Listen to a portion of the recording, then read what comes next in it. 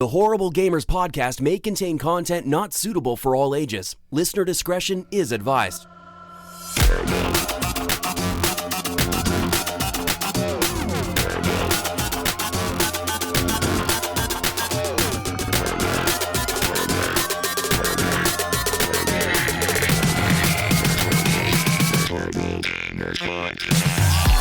Welcome, ladies and gentlemen, Horrible Gamers Podcast, show number 282, being recorded on November the 9th, 2019. I'm one of your hosts, Jesus, also known as JesusWalksAlot. Today, I'm joined by my friend from Little Ohio, The Mayo. Welcome back, Mayo. Welcome. Hey, thanks for having me. I get to go first today. I'm like the first guy mentioned today. Without that Gunny guy around, I get to jump up a spot. That's right. Fuck that Gunny guy. And our special guest today from the Mile High City in Colorado, NativeLivesMtr. Welcome. Woo. What's going on, guys? Thanks for having me. Oh, thank you for coming on. Yeah, welcome. Yes, glad to have you. You're supposed to keep talking, Native. Oh, sorry. Yeah. Anyways, people, you can follow us on Twitter at _HorribleGamers. Leave us a review on iTunes, thumbs up on Stitcher, thumbs up on Google Podcast Play, 5 stars, all that good shit. You know how to review us. Leave us reviews. You can also review us on our Facebook page, Horrible Gamers Podcast. That is our page. You can leave a review there as well. And in that page, you can head on over and find the link to the closed group. That is Horrible Gamers Podcast Community. That is a closed group on Facebook. So that means anything you post in that group is not visible by people that are not part of the group. And finally, you can support us with the monies over at Patreon at patreon.com/horriblegamers. Support us like Adam Sunday, Alan Maybe H, Bill Garner II, Brandon Willier, Brian Capessa, our newest Patreon, Chad, The Commandalorian, David Snyder, Evan Tanaka, Henley M, Jesse Kraft, John Jerome, Jonathan D. Hall, Jonathan Arcelo, M. Polo, Mechmod, Pork Chop Poo, Robbie Wheat, The Mayo, Subater, and Vaderholic. Thank you guys for being Patreons. Fuck yeah. Yeah. Yeah. Thank you. Thank you all. And you can head on over to Stitcher, stitcher.com/premium, to sign up for a premium account on Stitcher. That's right. With this premium account, you're going to get access to ad-free listening, as well as premium podcasts exclusive to Stitcher, and much more. To get a free month of Stitcher Premium, just head on over to stitcher.com/premium to sign up. Use promo code HorribleGamers during sign up and receive a free month of Stitcher Premium. No commitment necessary. You get a free month of Stitcher Premium. So head on over to stitcher.com/premium and sign up right now. Promo code HorribleGamers. If you'd like to rock HGP gear, you can get more gear over at Redbubble.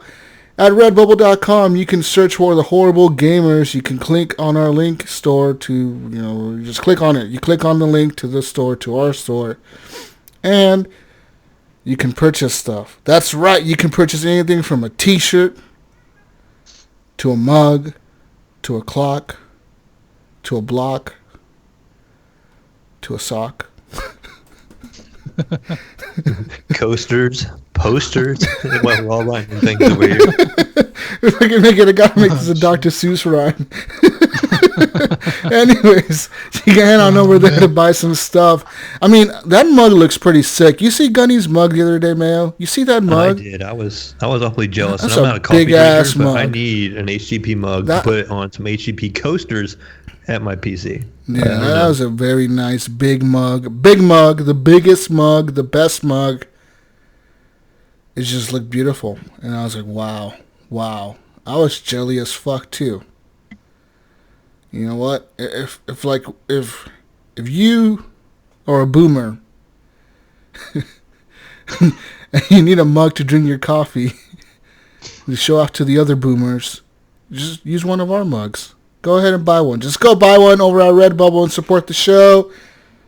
And finally, our intro song is done by Fowler and Twistics. It is called The Breakout. Our outro song is done by Broke for Free. It is called Night Owl. Shout out to them for letting us use their music. as the intro and outro of our show, let's talk about video games. Yeah, there have been a few good ones that come out this week. Or at least a good one, right? Fuck yeah. There are a couple good ones, I would say. Couple good ones. Couple big ones. Partner. You know. Add to that November playlist. That's right. Actually, So many. lots of games came out this week, gentlemen. Lots of games came out this week. And I know the listeners are thinking, fuck, lots of games did come out this week. Which one do I buy? Well, unfortunately, I will tell you right now that I have not played Need for Speed. And I don't know if either of you have. So, I haven't. No. we will not be discussing Need for Speed this week, but I do plan on playing that game. Hopefully by next week I'll give you some impressions of it. I kind of want to get to it. I hear good things about it. But I'll give you my impressions of it hopefully by next week. At the latest, the week after that, with some Star Wars talk in there as well. Man, too many games this month. Fucking crazy. But this week I started off, of course, playing some more Call of Duty Modern Warfare. And I finally reached that coveted level 55. Oh man. So look forward to it, level 55, Jesus. So level 55, I think you unlock the final weapons of the game. Like, you don't unlock the attachments, but you do, by that point, you have everything unlocked. So you have all the guns unlocked, all the perks unlocked, all your grenades, I guess, what are they called? Lethals? You have all those unlocked, and all the tacticals, so like the stun grenades and stuff like that. You have all those unlocked as well. So by that point, you should kind of already have your favorite guns and your favorite kind of like what you're using and what you're doing. But once you reach level 55, it's not the end. It's not the end, people, because I know you've been, well, Jesus, I've seen people out there that are level 120, like Native over here. And that's right, because once you reach level 55, you get this notification that says, well, now you can unlock officer levels. And it doesn't really tell you what officer levels are. They're part of like this, what do they call it? The season pass? The season or something like that? Isn't it a season? Don't they go by seasons or something? Think so, yeah. And I think they reset those every season. Your officer level gets reset to 55. You never will lose the rank of 55, though. I think you can lose officer ranks, though, once the seasons restart. And based on how far you made it for the season, you get rewards such as like calling cards, double XP rewards, skins, etc. Because I got some reward the other day. I logged in and it was like, here's your reward for the season. I'm like, what the fuck? It was like, you've reached ranked 50 something. Here's your reward. I was like, okay. And I don't know what the fuck that even means. But I got some reward for reaching a certain rank. And it said for the season. But from what I was aware, the season wasn't even active yet. So I don't know what the fuck that was all about. Too. Yeah, it was weird. But anyways, I've been playing lots of Call of Duty. Doing pretty fucking good at that game, man. I gotta admit, I'm one of the better players out there. One of the better players out there. Oh, he's their killer. No, I gotta admit it, man. I'm in the top 10% in the whole world, Mayo. How fucking dare you? You fucking peasants. You carried me quite well this weekend. You fucking peasants are not on the top 10% like me, you motherfuckers. No, but actually I am, because I actually looked at my, I was looking at my score. Because you go into barracks and you can like compare your score to all your friends on your friends list, all your Battle.net friends, all your Xbox friends, etc. So I compared myself to everybody, all my friends, and I was number one on the list in terms of kills and shit. And then I compared myself to the world, and it was like, you're in the top 9%, Jesus. Holy crap. Is that like KD, or is that just like, how is that figured? I think that was based on KD, I think, or like kills or something, like kills and score per minute. It does that, score per minute and kills. So okay. I'm up there pretty high up. I know I definitely am not up there anymore, because I haven't played much this week, so I know I'm not up there still. You know what I mean? Yeah, what kind of guns do you like? Like, so far, I'm still unlocking guns, and I keep finding myself stuck. I'm staying with the same guns. I'm going, I like these guns because I have scopes and I have attachments for them. That's the thing. That way, you don't want to play a match. You don't want to switch guns because you don't have attachments for them, and I get that. My favorite gun is the M4, and that's the gun that I'll keep using until the end of time, I think. I'm level 68 with that gun. My gun is level 68 in my loadout. So I think level 70 is the maximum on the guns. So I pretty much have everything unlocked for my M4. That means like I have like all the scopes. I have all the perks. I've had all the perks for a while now. I even have like these special bullets. I think one of my magazines, I could switch them out, and it switches the bullets to 9mm bullets from the 5.56. And the 9mm bullets shoot faster. It tells you like on the screen, like if you equip this magazine, your bullets will shoot faster, but like your gun has higher recoil and no, it has lower recoil. It shoots faster, but it does less damage to the enemy.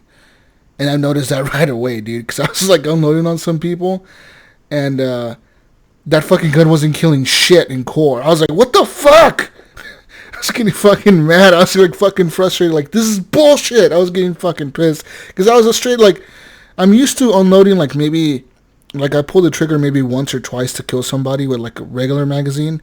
And now I was like unloading like half the fucking magazine into somebody, and they weren't dropping, dude. And I was like, this is some fucking bullshit. You pretty much have to unload that whole magazine into somebody to really kill them in core. And hardcore is a little different story, maybe half the magazine, but you still got to unload quite a bit of bullets into somebody to kill him. And my favorite mode is hardcore, so I tend to play that. So I wasn't having a fun time with those bullets. I ended up switching out to the regular magazine. And then there's another unlock you get for the bullets in the M4 is you get these higher caliber bullets. I forget what caliber they are, but they're just a higher grain or whatever, like a heavier grain of bullet. And it says like these bullets are more powerful than your standard bullets, but the trade-off here is you're going to get less bullets in the magazine. So when you load a magazine of these bullets, you only have 10 bullets in the magazine. And I kind of like that. There's only been a few times where I regretted doing that. The reason I don't mind it in Team Deathmatch, because Team Deathmatch is usually you run into somebody, you kill them, and you reload. You're always reloading, right? You're always doing the reload, so it doesn't really matter. In the mode that I had a problem with it, though, was, I think it was Headquarters. We were playing the other day, we were playing Headquarters with like a bunch of people, right? And in Headquarters, the problem is that like you're always having people rushing you. So sometimes 2 or 3 people run at you at the same time. And if you only have 10 bullets in your magazine, you're going to shoot them all. You're going to die because you don't have time to reload to kill the next guy. You know what I mean? So that kind of was happening to me in that mode. But otherwise, in standard team deathmatch, especially in core, I highly recommend using that magazine with the high caliber rounds. Because in the hardcore, like in core mode, I think like 2 or 3 bullets kill somebody right away. Like it's just like and they're done. They're fucking dead.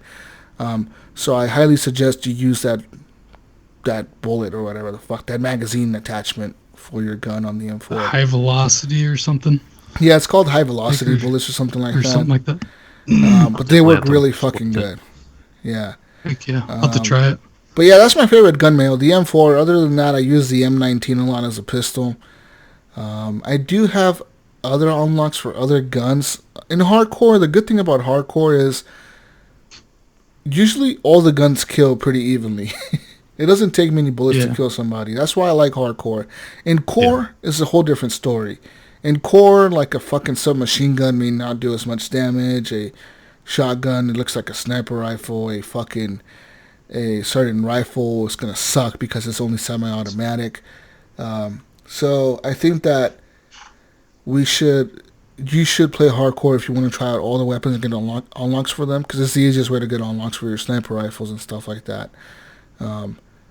What about the gunfight mode? I noticed the other night when you and I got together and we did a couple gunfights, and I was getting some XP. Like, yeah, we were doing the guess. But I got a couple of scopes for the weapons it was forcing us to use in the gunfight. Yeah, because speed 1 and different stuff, whatever. So we got the I'm not a fan of the gunfight. I kind of just hate that mode. I honestly do. I think it's a shitty mode. That 2v2 super fast paced, run at me and I run at you, kill each other. I don't like that mode. It doesn't feel like Call of Duty to me. It feels like something else. It's not Call of Duty style. That's you know what I mean? It seems like Did you ever play Free for All? Yes, it doesn't feel like that either. It feels to me like a Rainbow Six Siege type mode, like a tactical shooter type mode, like something you'd see in CS:GO or some shit, where it's like 2v2, run at each other and kill each other. I'm not a big fan of the mode. I get it. It's okay. The only reason I was playing it with you the other day, Mayo, was because I had a challenge I had to do. Just get like 3 wins. Glad I could help. Yeah, I had to get 3 wins, and I was like, fuck, I need somebody to go in here with me and get me 3 wins with me. So we got in there, and we got the 3 wins, and yeah. You noticed that I switched right away after we were done with that. Well, what was funny at that was I was just messing around, and I'm like, I'm just going to tinker around with this mode and just kind of learn the map a little bit. And I'm playing against bots, and I was like, I'm going to put it in hardened to see how hard the bots are in hardened mode, because I went from regular to hardened. And I killed this bot, and next, the next round starts, and I go through, and I next thing I know, I kill somebody, and I'm pretty sure it said JesusWalksAlot. I'm like, wait a minute, what? And I killed the other bot, and the round started, and sure enough, Jesus had jumped in my game. I didn't know it, so it was like a 2v1, really? But he come rush me on the one side, and I just had this was unexpected or whatever, but so I got a lucky kill in there, right? So then I killed the bot. I'm like, this is weird. So I hit tab, and the next thing I know, he's on my side. So then we were doing 2v1 with a bot, and we were just mopping up. And he's like, this mode is so dumb, it's so easy. And the next thing you know, did we continue on after that, or is that when you left and then we got back together and did a couple online matches? That's when we did those online matches. We ended up fighting the same guys twice. Yeah, the first time they beat us. First time they beat us, they beat us. They didn't beat us badly, but they did fucking beat us. They beat us like 5-3 or something like that, or 6-3, or some shit like that. But it was fucking like, I was like, this is some bullshit. They were just getting really lucky because they were running together. I noticed their strategy was to run together, and it worked for them because we were splitting up. And some teams are good with that. Well, then we go into the matchmaking again, and we run into the same guys. Yeah, and I recognized their gamer tags right away because I was like, these cocksuckers, they fucking beat us last time. So sure enough, we started in the gulag showers, and dude, we tore them up. We fucking destroyed them. I think they didn't win one. Map. They didn't win one round, did they? I think it was 6-1. I think they did get one. We still fucking wrecked them, dude. I would be pissed if I was them, because they were just trying to do the same tactics, but we were just rushing them the whole time, and they didn't even. I don't think they even left their spawn one time. Really? We were just wrecking them, dude. Yeah, it was pretty insane. Whooping. Yeah, thinking about it. With shotgun spawns, so we were like, just push, Yeah. Yeah. Nice. It was pretty wild. But speaking of destroying people, last night I got together with Donald McGilligan, a.k.a. Don, a.k.a. the gfng motherfucker that wanted to challenge me. Because he thought he was really good at COD. And he was like, Jesus, I can take you on. And I was like, okay. And then, so they kept messaging me, because I'm a part of like their Facebook Messenger group or whatever. And they're like, Jesus, get on, tonight, get on. And I was like, okay. And then, you know what? I spent time with my daughter. I had a good time. We ate ice cream, and we watched Spider-Man, and it was a good time. We went to Panda Express earlier. We had some good food. And you know what? I was like, you know what? I need to whoop some ass today. So I messaged him when I got home. I was like, I'll be on in 5 minutes. And sure enough, I got on the game. I started the patch download. I downloaded the patch. I launched the game, and I start streaming right away. And I invite them to join me. And finally, I add him as a friend. It's all on the stream. You can see me adding him as a friend on the stream. I posted the stream on the Facebook group. And we got into a match. At first, they were like, oh, yeah. He was like, I don't care what mode you pick, Jesus. I'll beat you in anything. So I picked those small maps, the 2v2 maps. But it was 1v1. It was me versus Don. And I picked random loadouts. Or no, he didn't want random loadouts. He wanted to use his own loadouts. So I put it to where... Use your own loadouts. Where he wanted to use his own loadouts, so I obviously equipped my M4, which I told you I've been using this whole fucking time since the game came out. So I'm pretty fucking good with it. And he didn't kill me once in that mode. When that mode started, Alan maybe started crying right away, saying, oh, Jesus, this isn't fair. And then Snyder, too, with this bullshit. Oh, that isn't fair. You're playing this small map. It's not fair. And I was like, okay. So I told Don, you want to get your ass whipped in another map? And he was like, yeah, this isn't fair. I wasn't ready for this. And I was like, okay. So I picked a standard map, that fucking Hackney Yard or whatever. That was the map I picked, and I didn't put that any other stipulations. I put team deathmatch on and hardcore, like we didn't have any HUDs on. So sure enough, I beat him pretty badly. That was kind of a slow match too, because it's such a big map and there's only the two of you. Oh yeah, but like, no, that's what they wanted to play. Kill, you know. Yeah, no, that's what they wanted to play. They wanted to play this fucking bullshit ass fucking map that, oh no, Jesus was gonna fucking. So in that map, I won. I think I killed him 9 times. He killed me 3 times, but I still won, obviously. Then he wanted to fight me again, so I legitimately picked a brand new map. A map we both never even played on. Well, I think he played on it once. I've never played on it. It was Shootout, that new map that just came out yesterday. And I pretty much wrecked him again. I beat him 16-3. And yeah, he was pretty pissed off at this point. And he took the loss, though. He was like, okay, Jesus, you deserve that. You won. Fair and square, you beat me, because I beat him 3 times at that point.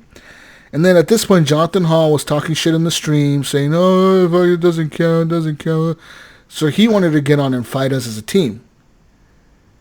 And so I decided to get my team together, and I grabbed Native, which is on the podcast right now, and Mayo, who's also here.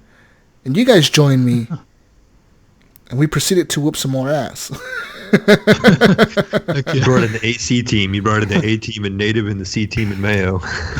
I mean, so I want to say in one of the matches, we ended up winning 58-33, and my kills were 35 kills, and I died 10 times. And I think their whole team altogether got 33 kills, I think. So I myself got more kills on the entire team they had on their side. And then the second match we played against them, I died 5 times, but I got 24 kills. Oh, man. And I think the best person on their team was Snyder. He got 7 kills and died 14 times. So he had a 0.5 KD. And then, let's see here. The last match that I have here on my screenshots is we won 33-24. I ended up getting 23 kills. I died 6 times. And the best person on their team was Don with 13 kills, but he also died 13 times. Oh, and Snyder got the same. He died 11 times, but he got 11 kills.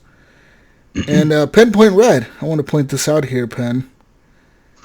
He got 0 kills and died 9 times. What kind of KD is that? Oh, man. That's rough. That was quite a spanking. I mean, let's see here. At that point, was he just a cheerleader in the background? I think so. Do you think he was standing in the back there being their cheerleader? Like, get him, guys.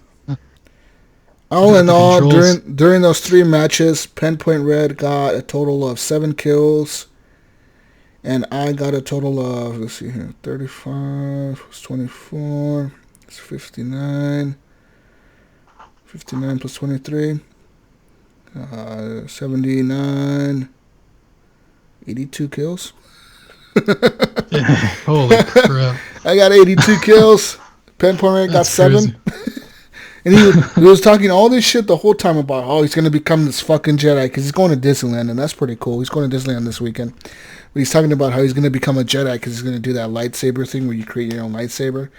And I told him, dude, ain't no lightsaber going to save you, man. Ain't nothing going to save you. Nope. Oh, man. Not when you're getting beamed with the M4. Yeah, I mean, I pretty much destroyed them, and they ended up taking the loss. So, yeah, gfng Mayo supposedly beat Mayo. Nipron Mayo supposedly beat Mayo. Yeah. But, I mean, we ended up getting like 6-7 wins last night, and, yeah. Well, they tried to, they even said, remember, that they would give us that point back since I wasn't knowing we were going to play. We raced last night, like the 12 wins we had. So we like, no, you can keep that 1 win. If you want to say you had a win against me, Nipron, you can have that win and you can claim it for GFNG. But we'll take the 7 or 8 wins we grabbed last night. So fuck you, losers. That's pretty much the roundup review here. Yeah. Oh man, that's funny. I was playing with Fun times. Go ahead, Never. Oh, I was just saying, like I was telling you last night, I was playing with Pinpoint Red. Right when you started streaming, I see the 1v1. I was like, hey, just 1v1, and somebody's like, oh, what's going on? Just dropped out of the party, joined yours. It's like, oh shit, I better join. that was a good time. Yeah, we whooped some ass. Funny. It was fun, man. So, yeah, I had some fun whipping ass, and I think I pretty much could handle David Satter. I saw his skills. Yeah, I can beat him easily. Yeah, is that the next one? He kind of get the drop on me, but sometimes it was just from the side or from the back, But yeah, I know. I know this is strategy. I got it down. Anyways, but let's talk about some other games that we played this week. So this week, of course, Red Dead Redemption 2 just came out on PC on Tuesday. We preloaded, and so I launched it. When was it? Wednesday, right? Because for some reason it didn't go live until Wednesday morning at 5 a.m. Was it 5 a.m. Pacific time? Which was a weird time to go live. But they went live at 5 a.m. Pacific time on Wednesday. And anyways, the game has to decrypt when you first launch it on PC. It takes forever to decrypt as well. Once it does that, then you can start playing. There's a 3 gig patch that was available that same day. And then we started playing. And, dude, that game is so hard to run at 60 frames. You pretty much can't at this point. I don't know if they've done patches since then. They have. They have? Yes, they have done some patches. Has it improved the frame rate performance? No, the performance has stayed about the same. But they've improved some of the stability. I was having some issues early on, some crashing, and when we were first getting together, I couldn't even get through a benchmark, and it would crash. That's weird, every 2 or 3 benchmarks. Yeah. And supposedly they had fixed that. Something to do with I think you were even telling me something to do with the antivirus. Yeah, it was the antivirus. If for some reason, if you had an antivirus set up on your PC with whatever brand it wasn't compatible with Rockstar's launcher. It wouldn't work right or something. Apparently, Rockstar released a bunch of patches for their launcher to work with that. But other than that, I ended up playing the game, and I used their preset settings. I think I have it set to 1 notch under favor quality. So there's 21 notches you can go between that are presets. And it starts you off on a default one. I'm pretty sure it's based on whatever GPU you have or whatever, and then you can bump it up or down from there. I ended up bumping mine up a little bit. Like I said, it's right under 1 notch under favor resolution, and then I ended up turning on some anti-aliasing, and I turned on some other things. I ended up lowering one thing. I think it was shadows or something. Lowered that a little bit, but pretty much a lot of things are set to either high or medium at this point in time.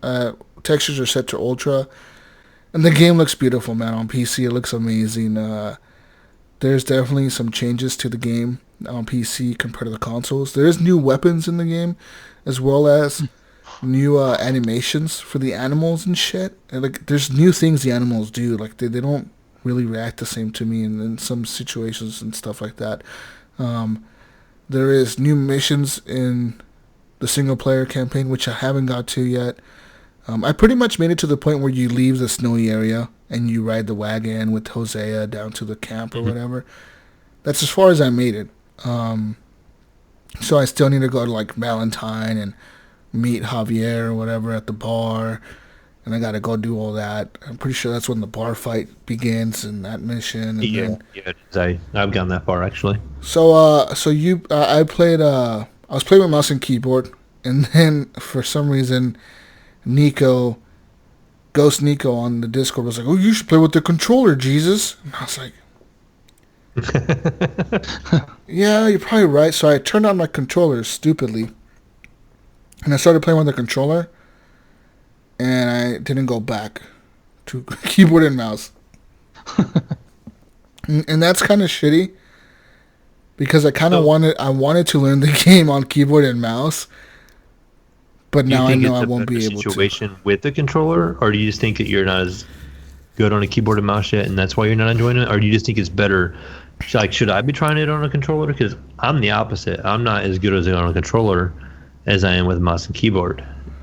I think I played so much of it on the controller on the Xbox because I beat it.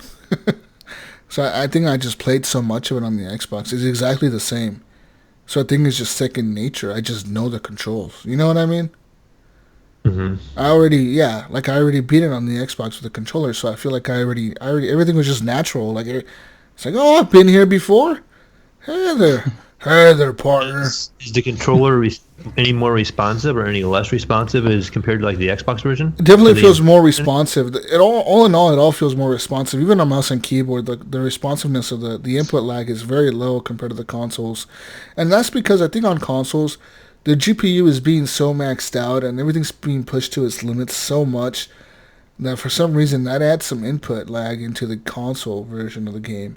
And that applies to both the Xbox One X version, the Xbox One S version, and the PlayStation versions of the game.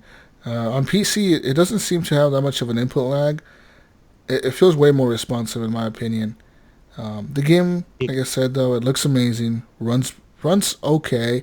I'm getting around 45 frames, between 45 and 60 on my GPU, which is a 1070 Ti. But yeah. But you can tell a difference from console and PC. Oh, like definitely. graphics. Yes. Yeah. You could definitely tell. Yeah, there's a lot. There's a lot of different things you can lower and raise on the PC that you can't do on the consoles. You know what I mean? Mm-hmm. On the PC, there's like 40 different graphic settings. That's crazy. Because you were playing in 4K though, right? On Xbox. On Xbox, yeah, that's the only difference. On Xbox, it looked beautiful, man. On 4K. Yeah. On the PC, I'm not playing in 4K. No, I'm playing at 1440p. 1440, nice. Yeah. Heck yeah. But even I think at 1440p, you probably don't notice that much of a difference between that and 4K. I'm sitting because here the pretty font good. is so much smaller, so it's more compressed, and you're not going to really notice it. I'm sitting pretty close to my screen as well as my monitor, so I'm sitting really close to it. Obviously, I don't have HDR, so I don't benefit from the HDR that. I did try to hook it up to my OLED. And as soon as I did that, the game changed to 4K resolution. And the frames went down to like 20 frames a second. Oh, man. It's really badly optimized for the PC. I think that I was like, what the fuck? Like, I don't know what they did. They must have done some voodoo magic on the consoles to get it to run at 4K 30. But on the PC, it's just so rough, dude. It really is. I was even watching people playing on like 2080 Ti's, and they were having like their shit was barely hitting 60 in 4K. Yeah, I think I seen an article saying they're saying on ultra settings at 4K it was like 45 is the average. Yeah. So yeah, I was getting like 20. But I did have everything. Man, I had everything maxed out. Everything was set to ultra. Literally all the settings. Because I wanted to see what the fuck my card could do. So I was like, I'm just gonna turn everything up, and like the game even crashed on me. Like the game just like, I think my GPU was like overloaded and it just shut off. It's like, nope, we're done here. I want to shut off real quick, and you're gonna have to restart the whole computer because yeah, this ain't gonna work, Jesus. So I ended up doing that, and but yeah, I'm running it at pretty good settings. I feel like I'm getting, like I said, 45 frames. I could definitely tell the difference from 30, and yeah. The game feels great, dude, and I highly suggest it if you haven't played this game to go get it now on the PC. There's no excuse to not play this game. I love it, and as soon as I got into it, I was in love once again, man. I had like Hosea and Dutch and Arthur, my boy, Arthur. He was there. Yeah, and Javier. the characters are good. They're all just so real, man. All the characters, they're just so vivid. The writing is so incredible in the game. The acting, those guys who did the voices for those games and the motion capture and shit, they did a fucking incredible job with that thing, dude. Like, you know. Oh yeah. It's just I incredible. enjoyed what I played of it. Yeah. It's a good game. So, but yeah, now I'm in the first camp near Valentine. Everyone knows where that's at, 'cause everyone got to that point, I'm pretty sure, in the game. So I look forward to playing more. I look forward to seeing what happens in the story once again, and seeing what new missions I run into, and seeing what new things I discover on the map. Because little do you know, like, you may have beat the game, but there's a lot of secret shit in that map. A lot of secret shit. You know what I mean? Oh yeah. Like people think like, oh, I've seen everything, and no, you haven't. There's a lot of secret things. Even when I beat the game, there was moments in times where I was just running around the map, and I found like I remember finding the one where the spaceship comes down from space, and you look up and there's a fucking spaceship. You're like, what the fuck, a UFO? What the fuck? There's a UFO? And like, no one's ever gonna believe. Awesome. No one's ever gonna believe Arthur Morgan. There's a fucking UFO in the sky, but there was a UFO in the sky, and I was like, what the fuck? And I think I took a screenshot of that on my Xbox One, and you could probably see it on my feed. That's cool. But yeah, I remember walking in because it was like an old church, and all these like skeletons were like sitting there, and there's like, and I read like the guy in the front of the church. I read his like paper, like this fucking journal he wrote, and he was talking about the end of the world and how like our fathers are coming down from the skies, and the prophecy's gonna come real. The world is gonna come to an end, and it's like, what the fuck are they talking about? Aliens? And sure enough, as soon as I put that journal away into my book bag or whatever, the satchel that Arthur carries, like, all I see is everything was lit up green, and I look up and there's a fucking UFO on the top of the church, and I was like, whoa! You know, there's a lot of secret shit like that in the game where you don't think it's gonna happen, but then all of a sudden it happens.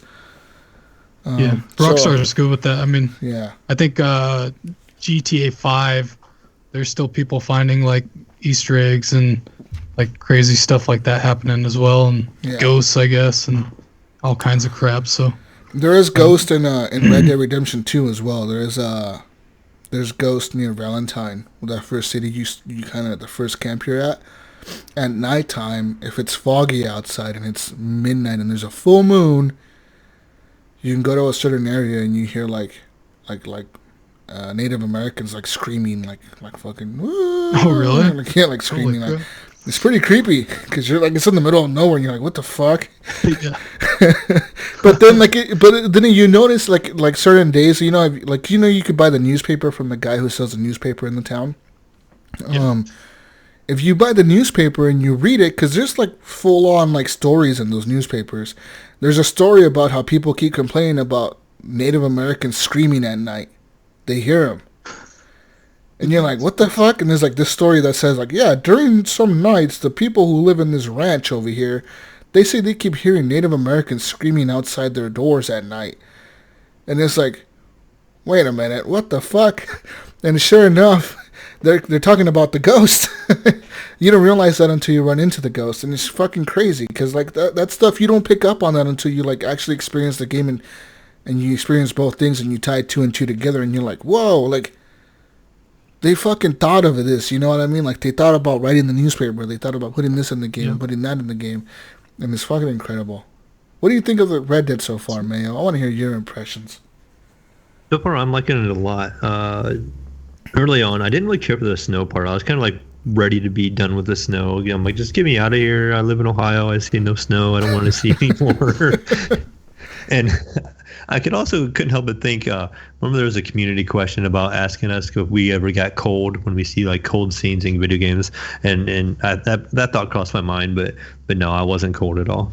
So still hasn't crossed my mind at all. But I was kind of like, just get me out of this area. I want to see this stuff thaw out, and I want to see some like vegetation. I kind of want to see what the graphics look like once the snow is gone, because everything looked the same. You know, early on, I'm like, I want to see this game shine graphically. I hear how great this game looks, and even though I'm running like a medium settings, I'm guessing it's probably higher than what the console setting probably was. So it still looks really, really good on medium even. And then being as demanding as it is, you know, I mean, like I'm getting with the settings I found off a website, maybe around an average of 60 frames. But that's a little bit lesser settings, I think, than what you had, Jesus. So I do notice some little hiccups here and there graphically. Like some cutscenes will have their coat. They'll have a coat on, and it'll be like a fur type coat, and the textures aren't quite loaded in completely correctly, and it'll take a second to pop in. So I can adjust that a little bit. And I think it's just in the settings. But so far, I looked at the story progress actually when I logged off this morning, and it said I was at 9%. And I'm like, wow, I'm like flying through this already, and I don't think I've done that much.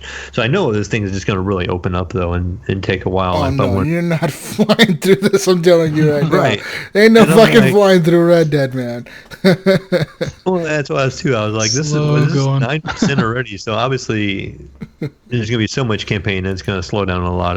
Well, it's not just that. You're bound to run into tons of side missions. It's just going to happen. Yeah. It's going to happen. You're going to be, like, strolling through town, and all of a sudden, like, you like some dude will be fucking thrown out of a store window, and like you're like, what the fuck's going on over there?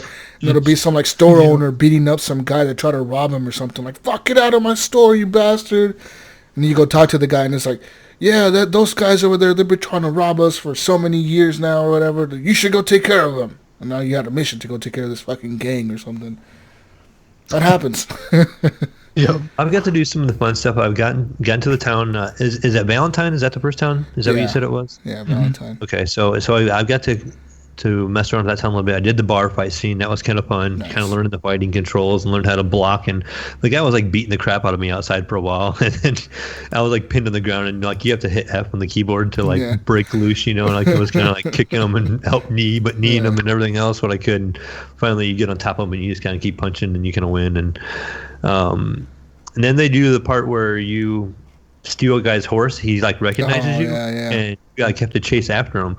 And so I'm chasing him down. You steal that guy's horse, and so I'm chasing that guy down, and he falls off that ledge. He like falls off his horse, and he falls off a ledge, and he's hanging there.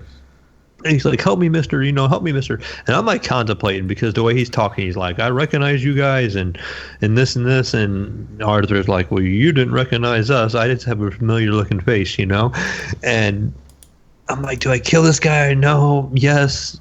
Maybe. And the guy's like, I'm slipping, I'm gonna fall. And next thing he falls, and dies. And so like, okay, he's gonna die. I'm problem solved. And he's rolling down the hill. Took care of itself. It was you received a negative point for your rating, or not a rating, but your demeanor or something like that. Yeah. I can't remember what they called it. I'm like, oh well, So I go back to town, and I was trying to figure out how to return the horse. I didn't want to like keep the guy's horse that I'd stolen. I didn't see where I could return it, so I just kept it. Went back to camp, and from there I picked up my next mission. And I think the next mission was the one where I picked up to go hunt the bear. And so we had to travel a long way, and we slept overnight, and we get to the area, and you have to make the bait. And you're like, okay, I think I did the bait wrong, and as you walk up to it, and all of a sudden this bear attacks you, and you got to use the dead eye to kill the bear a little bit, and you got to chase it down some more. So I killed the bear because I decided to stay because the guy with us left, and I'm like, I'm going to stay here and hunt this bear down more. And so I stay and I find the bear. I continue on the trail, and I kill the bear, and I get my first opportunity to skin an animal in the game. And I remember Jesus, you saying how, I was kind of rough skinning the animals in the game. Yeah. And killed the bear, skinned him, and got the pelt, put it on my horse. And so I'm heading back, and I hear a guy yelling, hey, help me, help me, help me. And I look over, and there's a bear that has a guy cornered. And I'm like, I'm going to go kill this bear. I'm going to get a second pelt out of this thing. I run down there, and I'm at a distance, and I start shooting it with my rifle. And it starts chasing after me, and I keep shooting and shooting and shooting. And it gets all the way up to me and jumps on me, and it's like I'm fighting, and it's like hit F, and I keep smashing that button, and you start stabbing the bear, and I finally kill it. And now I have another bear, so I skin it, and I pick up the pelt, and I go to put it on my horse, and it wouldn't let me because I had one on there. I'm going, what do I do? Because I didn't know if I could store anything. So I messed around with it for a little while. And end up just leaving it there on the ground because I couldn't figure out how to put a second one on my horse. And then I'd take it all the way back. I'd run. It took me forever. And running all the way back to camp on my horse, I run across a little wagon that gets robbed at random. And so then I get into a gunfight with these guys. And the horse was actually like police. And both police had died, and I killed the guys that robbed it. And so I found like a bunch of bodies, and I looted all their stuff and got a bunch of money. And I'd lost my hat in the process. I remember you guys talking about losing your hat here and there. You can get it from like your satchel from your horse. But there was a hat on the ground, so I just picked it up, and it was a police hat. So I was running around with a police hat, the rest of the way back. And I go back to camp, and I could not figure out what to do with the pelt.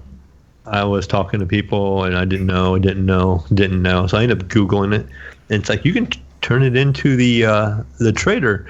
But I didn't have a trader anywhere on my map, so I'm thinking, is this something later? So I tried talking to the meat guy, nothing. Talking to the guy that runs the camp, nothing. Finally, something triggered somewhere, and it said, this trader is out here. You can exchange your pelt there. Yeah. The trader moves around the map. So there's times where the trader is up in the snow area, or sometimes, like in the beginning when you first kill the bear, he should be up in the snow area because as a default, that's where he starts off in the game. And then later on in the game, because you go down to Saint Denis. I don't know if you've been down there yet, because you can actually just ride down there if you want to. But you go down to Saint Denis, where the swampy area is, or the big city, and he'll be kind of hanging out in the swamps. And then now instead of wanting like bear pelts, he'll be like, give me some gator skins or some shit, and you gotta kill some fucking alligators or whatever, But yeah, he moves around the map. And then he'll be in the desert area, like when you go down and you beat the game completely, you unlock the rest of the map, which is the desert area. And he'll be down there sometimes too. And he'll tell you to hunt for certain shit. Give me some armadillo or some shit, and fucking run around hunting for shit. Yeah, shouldn't you get rid of the pelts quick too? Don't they Yeah, they rot. Rot or whatever. Okay. Yeah, they do rot. So the quality of them degrades over time. So if you got a 3-star pelt off of like a 3-star bear or like a 3-star animal, you want to make sure that you are taking that pretty quickly to a vendor and just selling it or using it to craft materials through the trader guy or whatever. This applies to the online as well. Pretty wild game so far, though. Does the game continue to give me notifications of what I can do when I come up to interact with things, or is that something that's going to go away after a while? It's going to go away. It's a tutorial, and because if you go up to the horse, it'll give you the options. They say if you lock onto the horse, it says hit this to pull up the bag, or hit this to pack. Oh no, that's always going to be there. It's always there for like the stores. Like if you walk into a store and you pull the trick, it could be like greet the guy or tell him give me the money in the safe or whatever. Yeah. Because there were so many different combinations, and I was trying to remember. Like am I gonna need to remember all of these? Because there's no way. Some of them do go away, but I know like when you're talking, like if you mean like logging onto somebody to talk to them or whatever, those will always be there. Okay, good. But as far as like other little shit that you just learn, that stuff may not be there.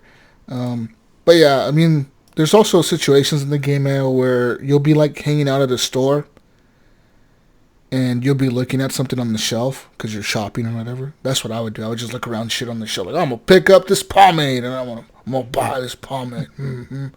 You buy the pomade or whatever. But you'll like hear the store clerk talking to like another person buying shit. And he'll be like, oh yeah, I got the guys in the back and they'll come out tonight to meet you over here. Yeah, the guy's in the back. What's he talking about? And you go around the back of the shop, and all of a sudden you get like a little prompt that says peek through the window. And you peek through the window, and you realize partner has a gang in the back doing some illegal activities, and now you can rob the gang in the back of the store, so now you don't feel bad about robbing the store. You know what I'm saying? So next time you go in there, you're like, you put on your bandana outside, you walk in the store with your fucking shotgun out, and you're like, hey, motherfucker, give me your fucking money. And he's like, here's the money. And then you're like, go to the fucking back. And you fucking punch him in the face, and you tell him to go to the back to open the door. And then the guys in the, like, there's usually a metal door back there. And they'll be like, what do you want? And they'll, like, open a little slot, in the window. And he'll be like, I'm going to give you guys your coffee or something. And then they'll, like, open the door, and you just fucking punch the dude in the face, knock him out, and go in there and rob the gang. Yeah! Fuck yeah. I love how you can just get the random events that just kind of happen and just things that just kind of happen. And that is really neat. Like, you're just going through, and then things just kind of start happening. I mean, you see it in other games. You see it in Grand Theft Auto. You see it in... I remember the furthest back, I remember seeing this in like old Spider-Man games. Remember in Spider-Man, you'd be swinging around, and all of a sudden you hear, help me. But it'd be like the same like 3 or 4 events over and over. I go back in the old PS2 Spider-Man. And this just seems so genuine. Like you never know what's gonna happen as you're just kind of going through town or something. Random shit happens, man. Like randomly, this is like you said, a guy could just fly through a window. I feel like, and then something could just start out of that, or you could just shoot somebody by messing around or accident or not save a guy, and I feel like the game is going to change depending on my actions. So it does feel like very consequential. Yeah, and all the side missions that I ran into, all the memorable ones, like the one with the robot, I won't even tell you how to trigger that. You'll find it, I think, eventually. But it could be that you don't find it because you never go to this area of the map. But, I mean, stuff like that, like all the side missions, I feel like they're all triggered, like, naturally. It feels natural to me to, like run into some dude, help him, and all of a sudden now I'm doing, like, 10 fucking missions with this guy. You know? Like, why the fuck am I helping you, like, hook this shit up right now? How the fuck did I end up in this situation? Like, I was just trying to be nice to you once, dude. Like... Now you got me doing this shit out here in the middle of nowhere. You know what I mean? Like, they got you doing some crazy shit. And you're like, what the fuck happened in between all that? Like, how did I end up here? And it's just, the game feels natural like that. You know what I mean? Where, like, all of a sudden you do one favor for somebody. And next thing you know, you're doing, like, 10 favors for that person. It's fucking crazy. And on the map, too, the legend, like, all your main missions are, like, the yellow circles. It looks like a gold token, kind of, maybe. Mm-hmm. Like, on the map, it'll have, like, somebody's initials on there or something like that. So I'm assuming that's all your main missions, and then everything else you're going to run across is going to be your side missions? Yeah, there's some times where, like, you run into those initials, but they won't be gold, they'll be, like, white. And those means that those are side missions. Or, like, yeah, you can meet a certain character there and, like, talk to that character about something. Because I've had a couple times now where I finished something, and I was, what do I do now? You know, I didn't talk to characters. Just you gotta pay attention to the dialogue. The game's very heavy on dialogue, so sometimes you gotta pay attention to what the characters say. They'll be like, "Oh, I'm gonna head here now. I'm gonna head over here to meet Hosea, and he said he's over here." So like, you gotta think, okay, where the fuck did he say this guy was at? And you gotta go find that dude, and he'll be like this area where they said he was at or whatever. Because the characters are naturally always just moving around by themselves. They're doing their own fucking thing in the world, it seems like. So, yeah. So, I guess the last thing I just want to hit on this game for me is, you know, we were talking about the performance and stuff. I feel like the optimization is really weird. So, I bought a task manager the first couple times. Like, it crashed on me like the second time in a row. And I haven't had a game really crash that often in a while. Like, I've had a little bit of issues with Modern Warfare, but I felt like I reinstalled the game and put it on a better hard drive, on a faster hard drive, and that actually fixed my loading issues on Modern Warfare. Because I remember when we were having those things where we would jump into a match and my screen would be all blurry and like I would never get out of the vehicle, and almost like it was on a regular hard drive and the textures weren't loading in correctly, and so the game was kind of like locking me out of it. Maybe is my guess. So I put it on a regular SSD, and the game has been fine after that. But for Red Dead, I turned on my task manager and had the performance monitor on. And this game, on the settings I'm at, and I'm getting like 60 frames per second, is only using 30% of my GPU, and it's only using 60% of my CPU.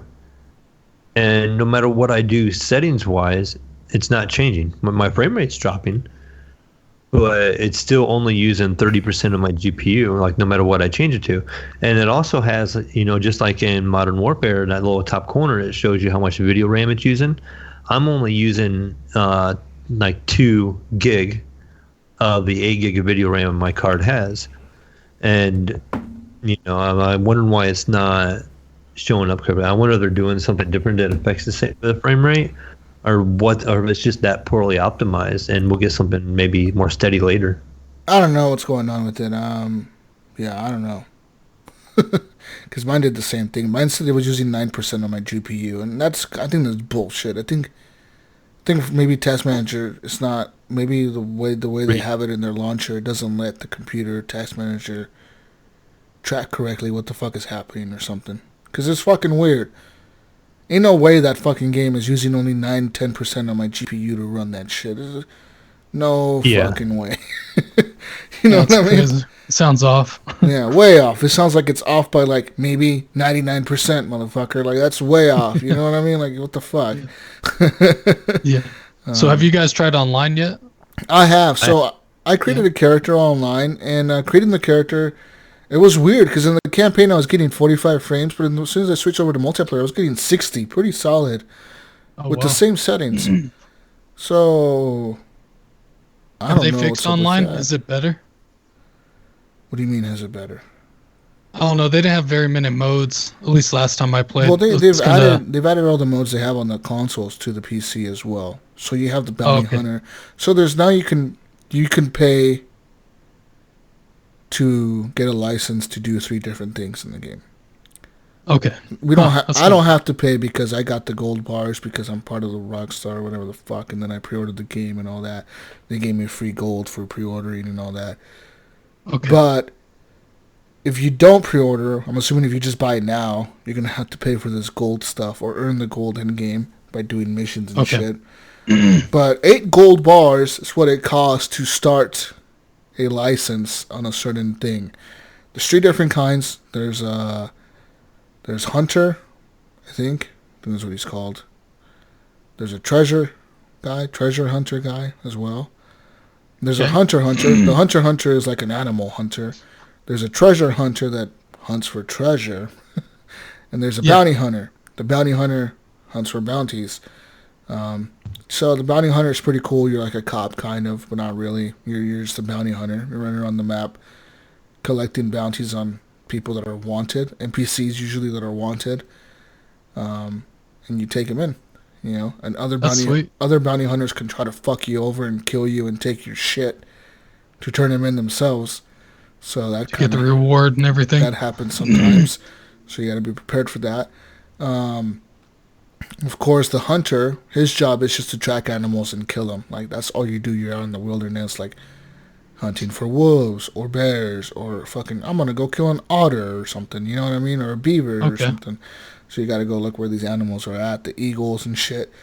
I go find me a bald eagle to kill, and you got to go find a fucking eagle to kill or whatever. And so that's what a hunter does. And the treasure hunter looks for the hidden treasures in the map. He gets like special maps or whatever, and you have to like find out where this location is on the map. Like, where is this rock or this train track or whatever? And there's this river. You got to go find those and find gold. You find like money and shit. You can sell gold bars or something, right? Yeah, you find either gold bars or lots of money. Like some trinket you can sell for lots of money, like lots and lots of money. So it's up to you what you want to do. That's kind of neat, though.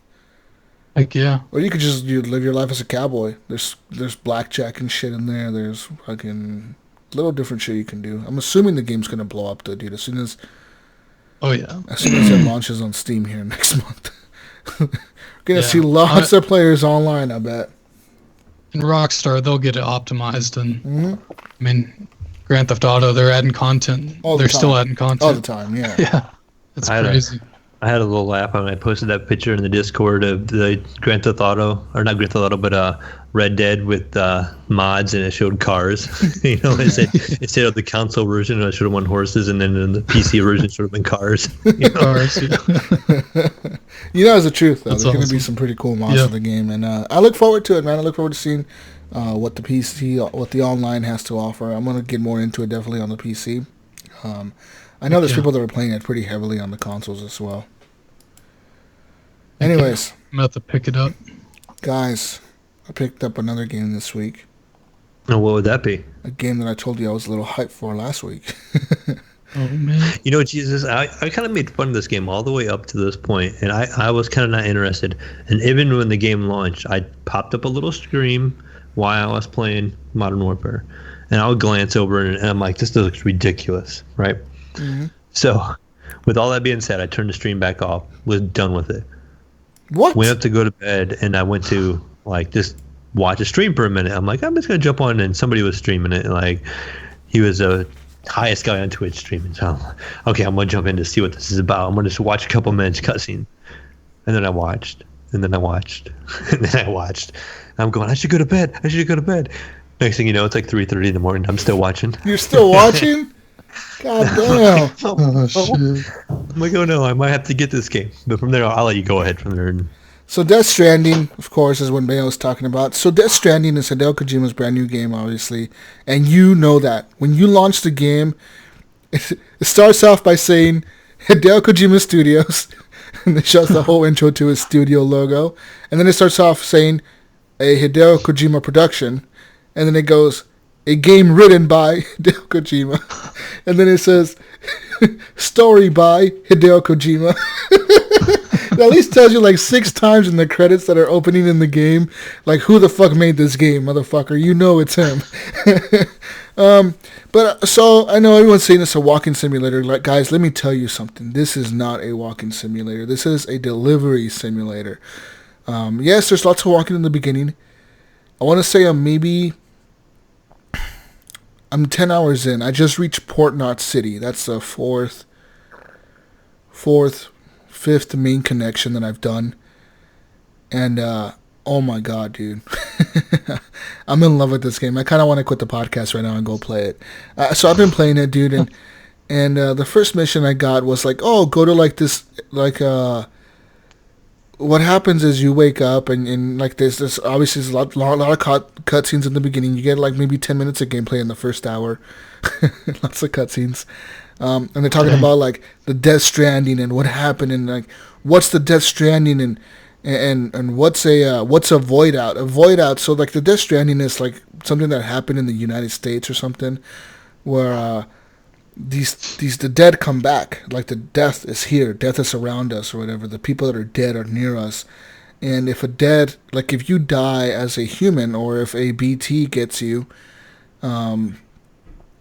it creates a void out. If a BT gets in contact with a human and the human dies, then that causes a void out. And a void out is like a nuclear explosion. It leaves a crater in the earth, like a big ass fucking crater. It takes out a whole area, like a nuclear explosion. It's just like that. That's crazy. So the game starts off with like not really lots of spoilers here, but like you meet these two guys, and they're telling you like, hey, what's the fastest way to get to the incinerator? This person has died, and we're the body disposal team or whatever, corpse disposal is what they're called. They're like, we need to get to the incinerator. And so Norman Reedus, his name is Sam Bridges, Sam Porter Bridges. And so he's like, well, it's over there, but you know that route is covered with BTs. Like, you guys are going to run into them. And they're like, yeah, we know that. That's why we want to hire you. And Sam's like, well, I don't know if I want to go with you guys. Like, fuck that. That shit's covered in BTs.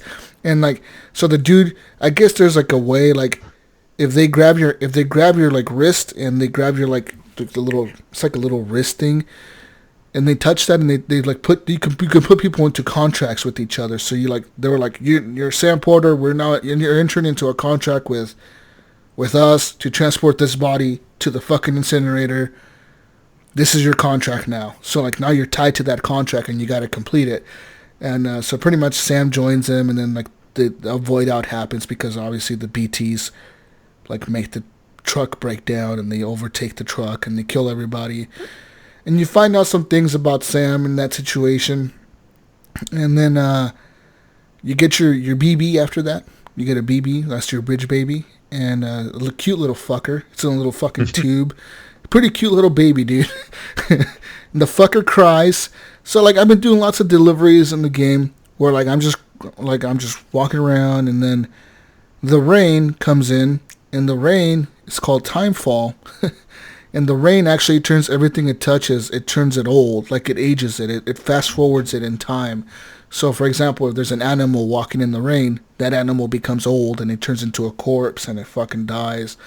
Same thing with you, like if it touches your skin, it turns your skin wrinkly and old. It turns you old, you know what I mean? If you touch the rain, the timefall. Mm-hmm. So you have like this fucking crazy rain jacket on the whole time. And you're trying to just deliver packages to different cities, man, in different locations that need things. They need medicine or ink or paper. Just think of like random shit. And so I was like, okay, this is kind of lame. At first I was like, okay, I'm not really digging this. Like I like the environments. It looks really nice. But when I made it to that first location and I delivered the first package that I delivered, and then I connect the network, the Chiral network is what it's called. It's kind of like the internet of their time or whatever. And that once you connect it to that first area, like everything in that section of the map, that's when everything starts loading up from all the other players, like all their ladders and fucking bridges and ropes and shit that they built. That's when all that starts loading in. So like all of a sudden, like in my area, there was fucking ladders and ropes and shit. Like it's like everywhere. It's like holy shit, like people took these routes, and I was able to like their stuff and like climb up. Some dude put a rope in a certain location, and I was like, this rope is so fucking handy. This is the best rope ever. And I climbed up the mountain with that rope, and like I gave him a like, and like I just started going down the mountain on the other side, and like you gotta control Sam's like balance with L2 and R2. Like if he tips over to the right, you gotta press L2 to like straighten him out.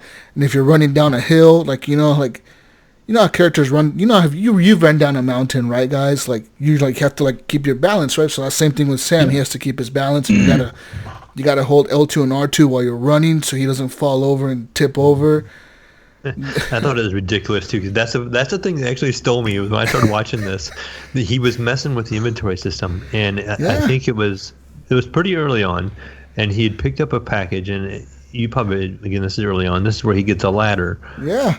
And you can put the ladder like in different spots, and it was like all folded up on his backpack, and it was like twice the size of his body on his back. And I'm like, oh, that looks rough. I'm kind of laughing at it when he moves it, and it stuck part of the ladder on each arm and leg, and he had like these squares on his arms and legs, and he looked like a robot. Yeah.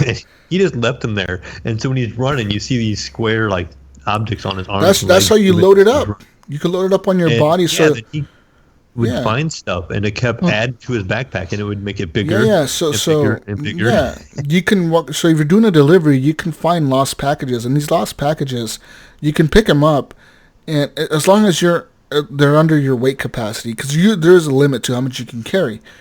That limit does increase with the higher level you become as a porter. The higher level you get as a delivery guy or whatever, you get increased weight capacity.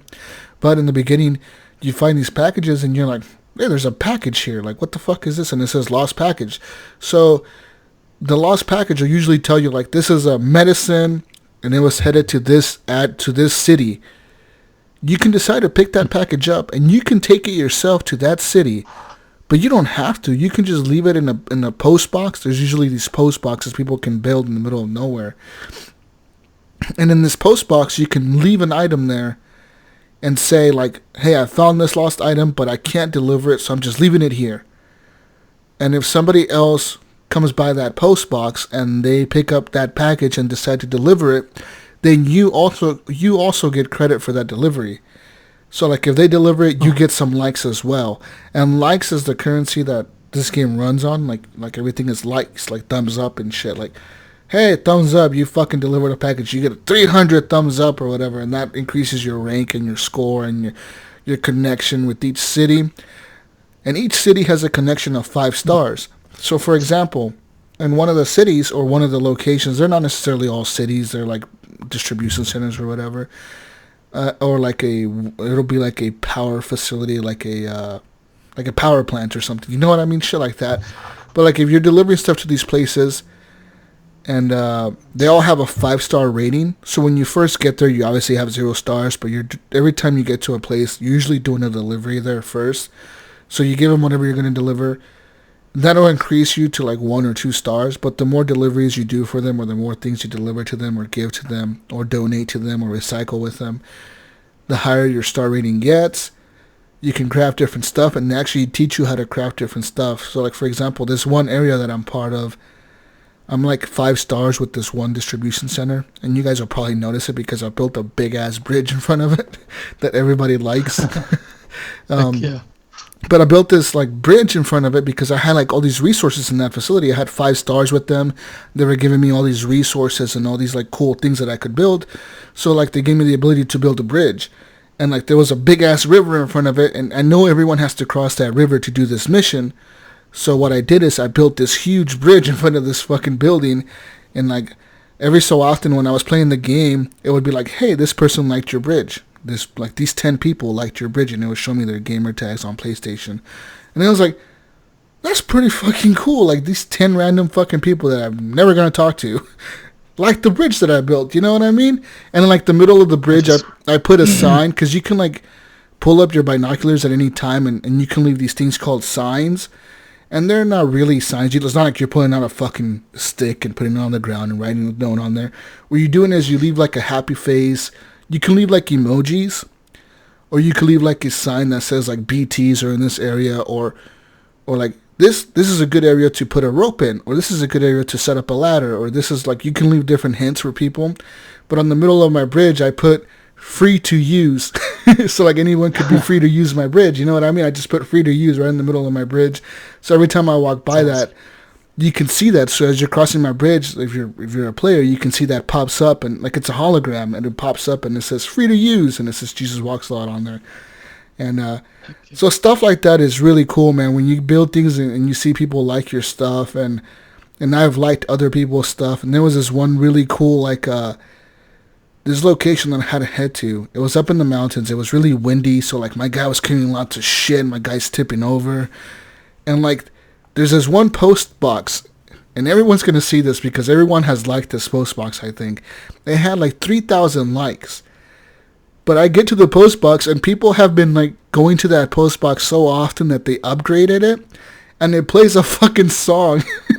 It's like constantly playing this music. So when you walk by, you hear like this fucking music playing. You're like, what the fuck? And like you look over there, and there's like this like loud ass fucking post box that's playing like this loud fucking music or whatever, and you can walk up to it and put stuff in it or take stuff out of it. And it's so fucking good, man. Like the interaction with like the BTs, the BB, how he like shows you where the BTs are with the little flashing little lamp thing. It flashes the closer a BT is to you. You cannot see the BTs, but the BB can, and that's the whole point of the baby is they can see the dead, and you can't, but your connection to them lets you, like, keeps you, it's a warning system or whatever for you, you know, so you can stay alive and not get caught by the BTs. Yeah. Which beacon type. Yeah, and like the little, like the, you know, you see it in the trailers, a little lamp that pops up that looks like a flower that flashes.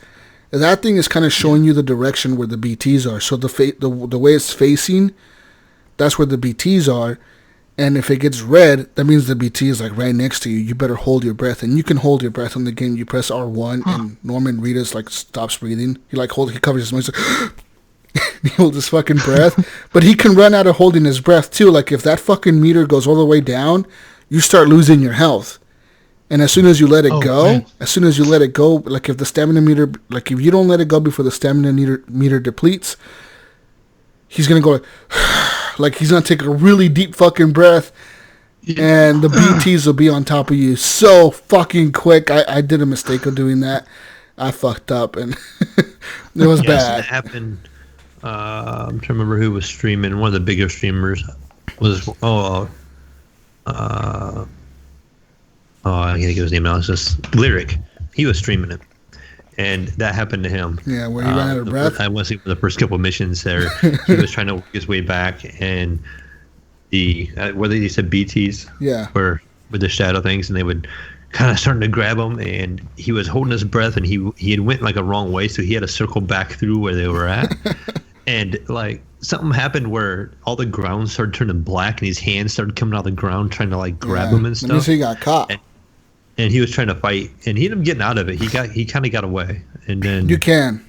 So he can get back. But I get to see like how that works. So there's a situation where the BTs grab you, then the whole ground around you turns like into like a black fucking tar thing, like it's like super black, and these fucking hands start coming out of the ground and grabbing at you, and they're trying to pull you down, and you can press square to like hit them off of you. So like Sam is fucking punching him and trying to hit them, and they'll like rip off your fucking gear, like whatever you're carrying on your back, they'll like fucking start ripping it off, and so you're losing your fucking gear, like fuck, I'm losing my gear.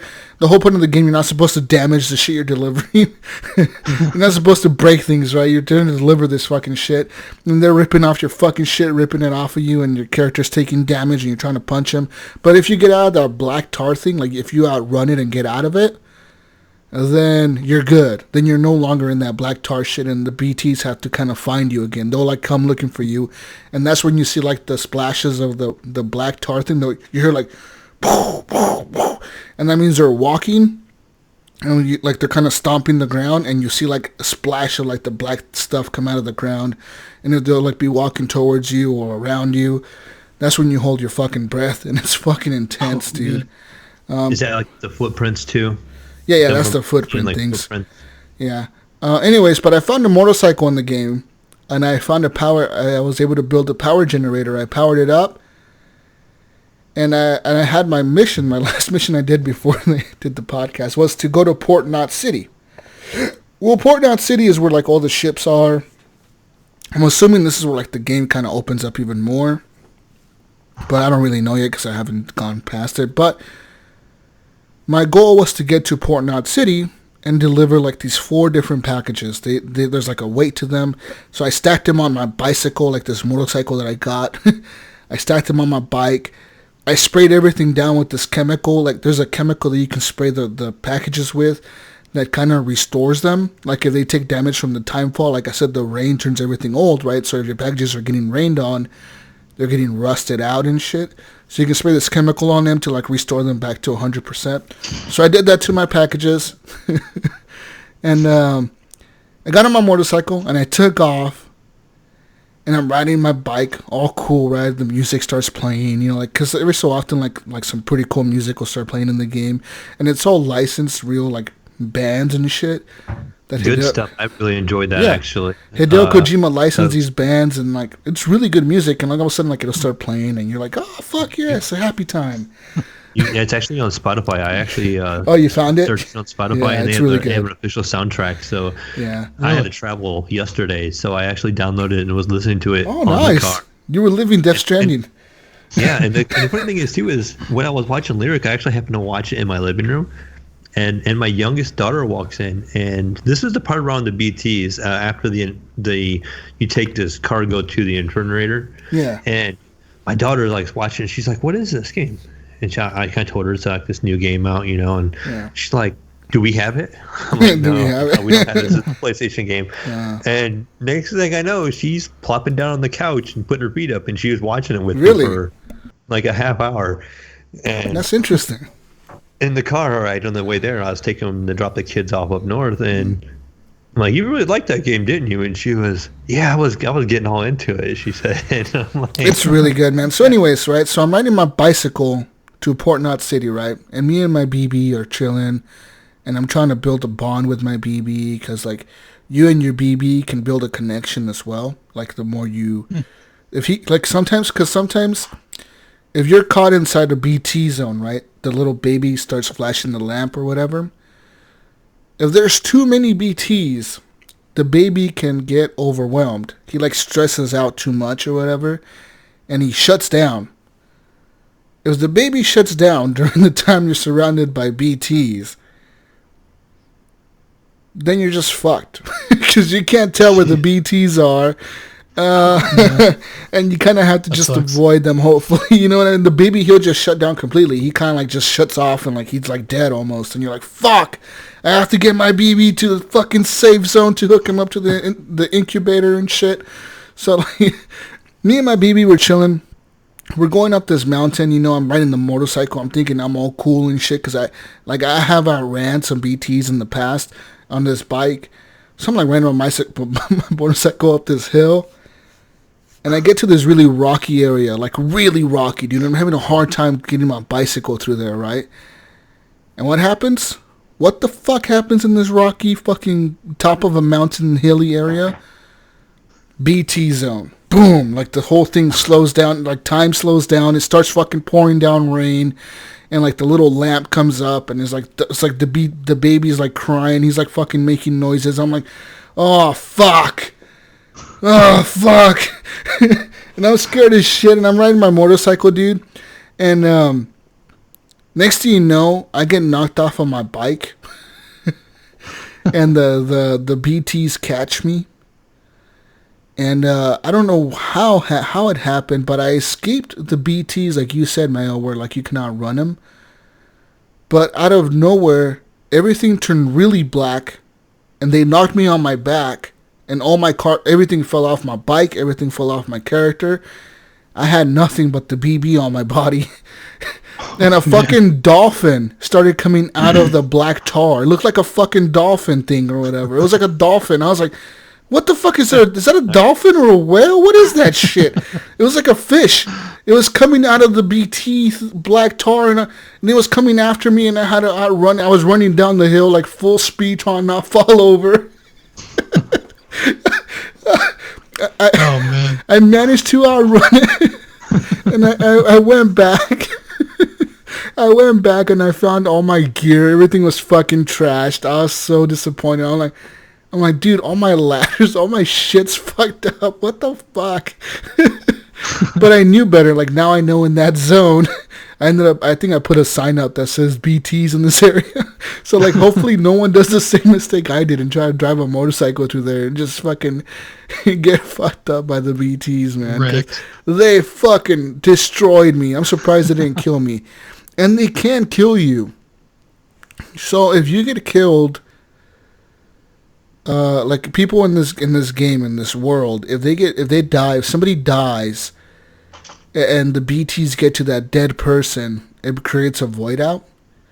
And that can also happen to Sam. If you die in the game, like say you fall off a cliff, you crash your motorcycle, you fly off a cliff, or something, you know what, you let go of the rope too early and you fall off the cliff and die. If you do that, the BTs will get to your character and it'll create a void out. So when you come back and you go to that area of the map, you'll see nothing but a crater in that area of the map. It's fucking wild. It's fucking wild. It's something else, dude. So how are the resources in it to build the bridges? They're pretty resourceful. Like they're kind of everywhere. There's these things called Chiral crystals. Chiral crystals are... they're like one of the main components to building the items. And those are kind of the tougher ones to find because those are only found in places where timefall is really prevalent. Like you got to find them in locations where it rains a lot. The problem is where it rains a lot is where the fucking BTs are. So if you want a lot of chiral crystals, if you want those crystals, you got to go into those fucking BT areas and really be sneaky and try to get them. The metals are pretty often found like in lost packages and shit. You can find them around there. A lot of the times, like I said, the locations that you go and deliver items to, they'll give you resources themselves. And the higher you build a connection with them, like I said, the more you like build that 5-star rating with them, the more resources they make available to you. So maybe in the beginning you first get to them, maybe they only have 600 metal to give you. If you deliver more items to them or scrap more stuff with them or like recycle stuff with them, they'll give you more resources. They'll be like, hey, you know what? Now we have 2,000 metal to give you instead of 600 or whatever. And, so you can use that to build bridges and build not post offices, but post boxes. And what else is there? There's post boxes. There's watchtowers you can build that people can use. That they can like, it's kind of like a watchtower. They can see far away around the map and look at things. And there's bridges. Right into that. Oh, there's generators, power generators. Those will charge up your bike and your car. Like if you have a truck. Okay. They'll charge those up because those run off a battery. Electric. Oh, nice. Yeah, very, very hybrid, futuristic cars. Yeah. What else? Just the game is nuts, dude. It is amazing though. Like I'm kind of drawn to it. Like something makes me just feel like I want to play this game, even though. Mayo, I'm telling you, dude, this is something like I've never played in the past. Literally, like say what you will. Like, oh, it's a walking simulator, but it's not a walking simulator. There's a story there. It's a lot of walking, but there's so much to it. It's really weird. It's hard to describe. There's a story there that you're experiencing at the same time, like with all the cutscenes and like every time you go, like every place that you go to, there's a safe room, right? That Sam Porter can sleep in. You can go down there and like your character will fall asleep and he'll wake up in the morning. And every time you piss and every time you shit and every time you shower, the people in the game, the people back at base, they create these like weapons for you that you can use against the BTs, like kind of grenades. Like one of them is like a poop grenade, one of them is like a piss grenade, one's like a shower water grenade. It's because you are a special type of person. You are a repatriate. And a repatriate is a type of person that can come back to life if certain things happen to them. And also, you are a doom. You have a person that has doom. And a person that has doom is a person that can sense BTs or see them. Depending on what level of doom you have, you can either see them or you can sense them with your blood. Which is why your blood can hurt them as well. The BBs... The BBs can see the BTs straight up. That's why they connect the BTs to the porters, the people that are delivering shit, because they helps them keep them alive and deliver shit to other cities, because that's the only way America's still alive. You know what I mean? And they're connecting them to the internet because the internet helps them, like, it helps people get information across or whatever the fuck. It is fucking insane. But anyways, every time you go to these safe rooms, you put up your BB, you put them on the wall, like in this incubator type thing.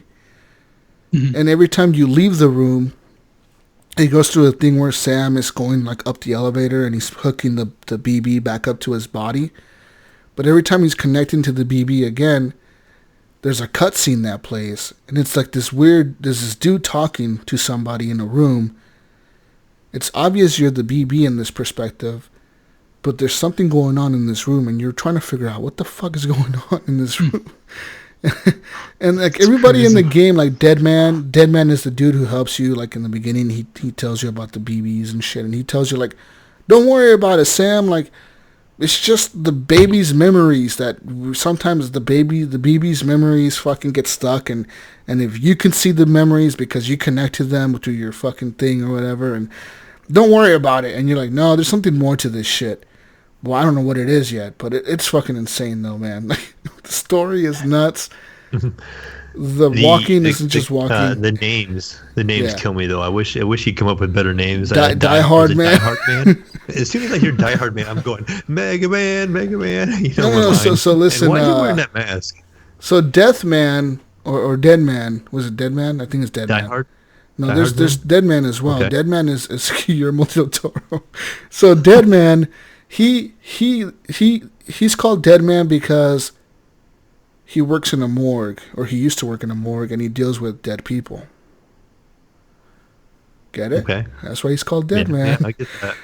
What's Die Hard Man? Die Hard Man. So Die Hard Man, he is the person who runs the Bridges Corporation. The Bridges is what you work for as a porter. Mm-hmm. Yeah. And you are Sam Porter because you are a porter. I'm telling you, they tell you this in the game. They tell you this in the game. You are Sam Porter because you are a porter to bring things to other places. And there's another character in the game that I fucking was dying. Wait, there's Mama. Mama, she's like your boss kind of, and she like helps do things. And then there's the president. The president's name is something else. I forget her name. And then there's other people in the fucking game that are it's just weird, dude. It's fucking weird. But honestly, it's something like I've never played before. I'm having a fucking blast with it, man. Yeah. A little side note, Jesus. I don't know if you know this or not. I just happened to run across this on the news, and this is a small news, so I didn't put it in our news. Mm. But they have a Death Stranding BB juice can now be fueled your motorcycle in Days Gone. So Days Gone had a patch, and they put a BB in. It's like the gas tank of your motorcycle, and you can see the baby, the death. Oh, that's death fucking sick! As the gas tank on the motorcycle in Days Gone, and then there's like I think it said there's a custom paint job. I pulled the article up. It said it brings themed decals, a frame paint, and an option to reset jobs with a bunch of tune-up and fixes. Nice. So if you guys don't have access to Death Stranding and you guys want to deal with the BBs, you can launch some Days Gone and get this free update and check it out on the motorcycle. It looks pretty sick. It's fucking, yeah. The BB is awesome. I love that little fucker. But the game even tells you, they even tell you in the game, like, don't get attached to the BB. He's just a tool. Like in this world, the babies are just tools, and it tells you, like, Like don't get attached to this thing. This thing you have to throw it away next week maybe if it doesn't work. Don't get attached to this fucking thing. And like you can tell, like Samus, like what the fuck? Like it's just a baby. Like what do you mean throw it away? Yeah. And it's like no, you gotta throw it away. If we tell you to throw it away, you throw that fucking thing away. You take it to the incinerator and burn it. Yeah, so, damn. I've seen that part actually. It's like damn. Oh shit. Over the top. But yeah, it is. It is just something else, man. Like the game is incredible. I'm having a blast with it. The mechanics of the game, like it feels so good to plot out a route and it actually works out for you. And it also feels intense when like you're going from having a good old time like I was to like running into a heavily infested BT territory. And it goes from like having a good time to like, oh fuck, God, oh fuck, let's get through this. Okay, okay, let's do this. Like it ain't gonna be easy, but I gotta do this. I gotta get to that location now. Like I can't go back. I gotta go forward. I went the wrong way, obviously. Fuck. You know? Oh, shit. And that's happened to me quite a bit, where I always run into stupid BTs everywhere. I run into those fucking things a lot, man. They're everywhere in the fucking world. They're fucking everywhere. Like, and it happens unexpectedly too. Like all of a sudden you're just chilling, everything's sunny, and the fucking rain just comes, and you're like, fucking rain. Fucking hate the rain right now. Kind of reminds me of like Final Fantasy VII when you'd be walking and then you get into attack. Is it kind of similar to that? Kind of, man. Where like it's just random. Like all of a sudden it's just like comes up out of nowhere. Time slows down and like the little lamp thing comes up and it turns on and you're like, oh fuck, the BB's awake. Damn it. Is this one you're gonna be streaming? No, definitely not. I'm gonna play this solo. The reason I want to play it solo because it looks so fucking good, dude. The game. Yeah. It literally is one of the few games that I can say goes from cutscene to gameplay, and it looks just like the cutscene. Oh wow, that's actually really cool. Yeah, like God of War did that on this generation on PS4, and Red Dead Redemption did that on the Xbox, where it went from cutscene to gameplay, and it looks pretty much like the cutscene. This game, when the way it opens up with Sam riding a motorcycle or whatever, like the music is playing and shit, like it goes from cutscene to gameplay, dude, and you're like, holy shit, this looks like the cutscene. Driving. Yeah, is it one of those games? I remember back, I don't know how long ago it was now, when we didn't have the graphics that we have today. I remember having a game that would have a cutscene, and the next thing you know, your character is like standing still and not moving, and you're like, oh, I can actually control this character now. Yeah. I can't remember what game it was, but I've had a game or two do that to me before, where I didn't realize I was supposed to be moving, like it was actually in game. Yeah. That's kind of what it is, man, and I'm having a blast with it. I love all the characters that I'm meeting. They all seem very believable because they're all actually like actors. Every person, cool. Every person like gets in the cutscene, it's a fucking like an actor. You know what I mean? Like you're like, oh fuck, I've seen this person in a movie before. Yeah. During I wonder how big the budget was for this game to make with the actors and. Yeah, so do I, because it seems like a lot of the actors wanted to be in the game too. Like they're friends of Hideo Kojima.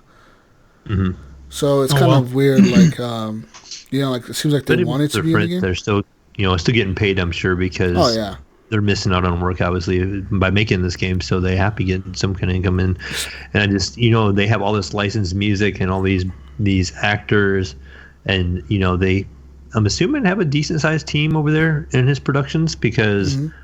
It looks great, and that would have took some time to develop all that stuff. It's not like they're reusing a bunch of assets and stuff, and so they were making a lot of game, so. You could tell they probably made an engine for that terrain, because that fucking terrain, man, it looks good, and it's fucking pretty realistic.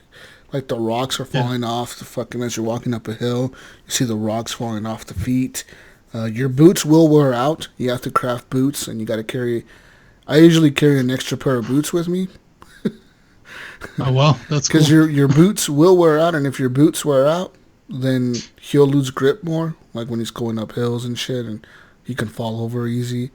And if you're barefoot, you're fucked. He's not going to be able to walk barefoot. Come on now.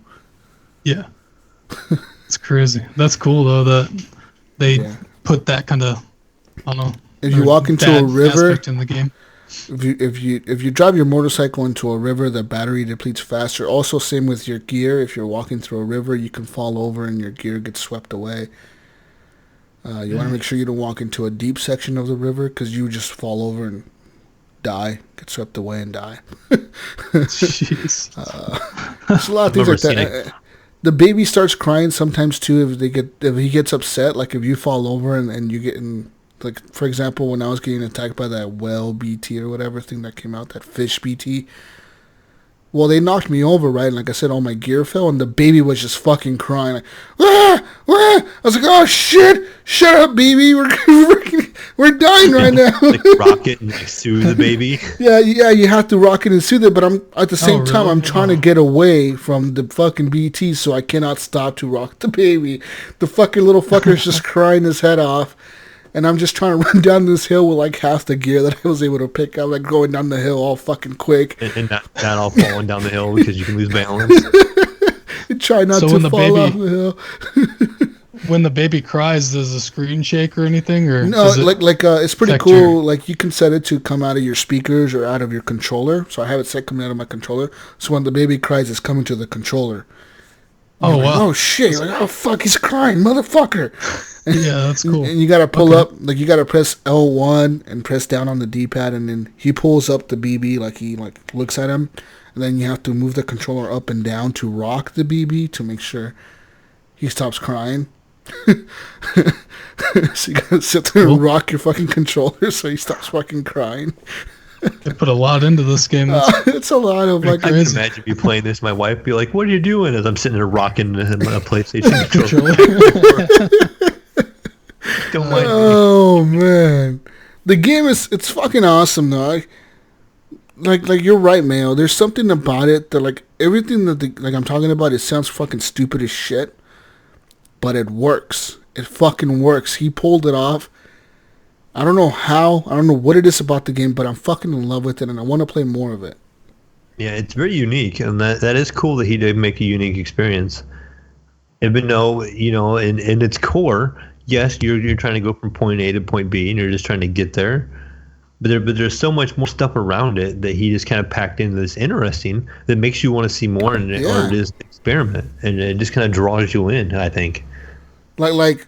It's just really cool. Like, the coolest thing for me is seeing people use the bridge that I built. Like, I built this bridge, and every so often I'm getting, like, notifications that says, like, these 20 people, you got 20 new likes on your bridge.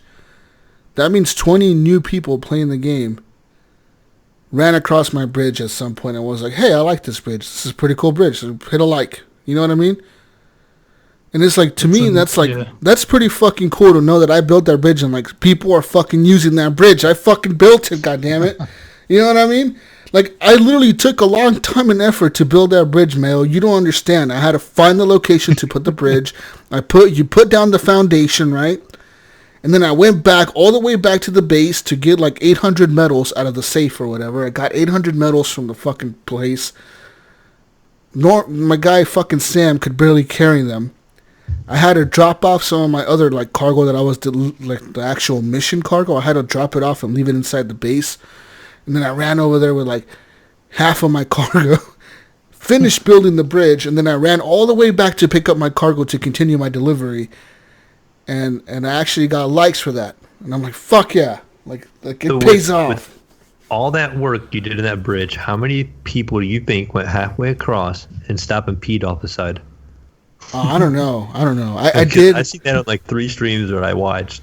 Every guy was like, I wonder if I can pee off the side of this ladder, because he was crossing a ladder, and it showed like this little stream, and it was arcing like above the guy's head, the character's head.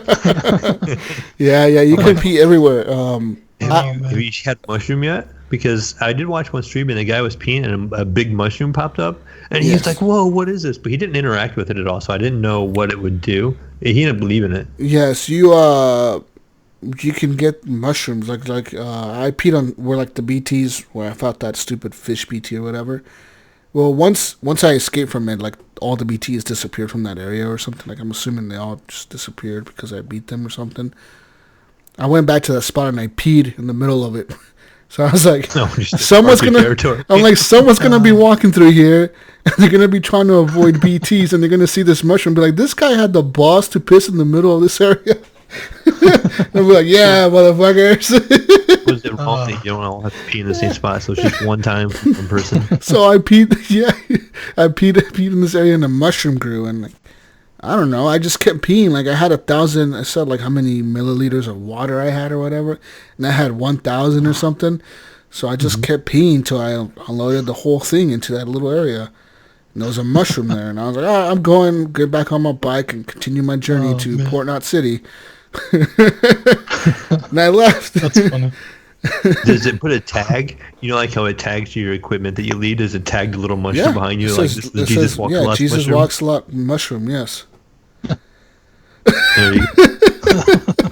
Yes. That's hilarious. At least the mushrooms there, yeah. That's incredible. I know that later on in the game there's a road constructor machine that you can build, and it's like a big, like a bricklayer. Like, have you seen a bricklayer machine, like building roads or bricks? It's like that. It's like a paver thing that you can build. It's automated. So I think you can have it build a road from one location to another location, but you got to give it enough resources to be able to make that journey. Like I said, though, not only you, like if you don't have enough resources to do something, you can start something and leave. And then when somebody else connects that area to the network and they see your thing pop up, they can donate their resources to that. For example, my bridge, so like, if I didn't, like, for example, you know how I told you I set the foundation for my bridge and then I ran all the way back to get more resources to finish building it. Well, if I really wanted to, what I could have done is I could have just said, fuck it, I'm just going to leave the foundation here and hopefully somebody else gets enough resources to build this fucking thing, you know what I mean? And somebody else could have came along and said, hey, I have enough resources to finish building this bridge, I'll finish building it for Jesus. And they'll finish building it, and me and them will get the credit for the bridge. Same thing with the road builder. I think it's called the road builder. Is what it's called, or something like that.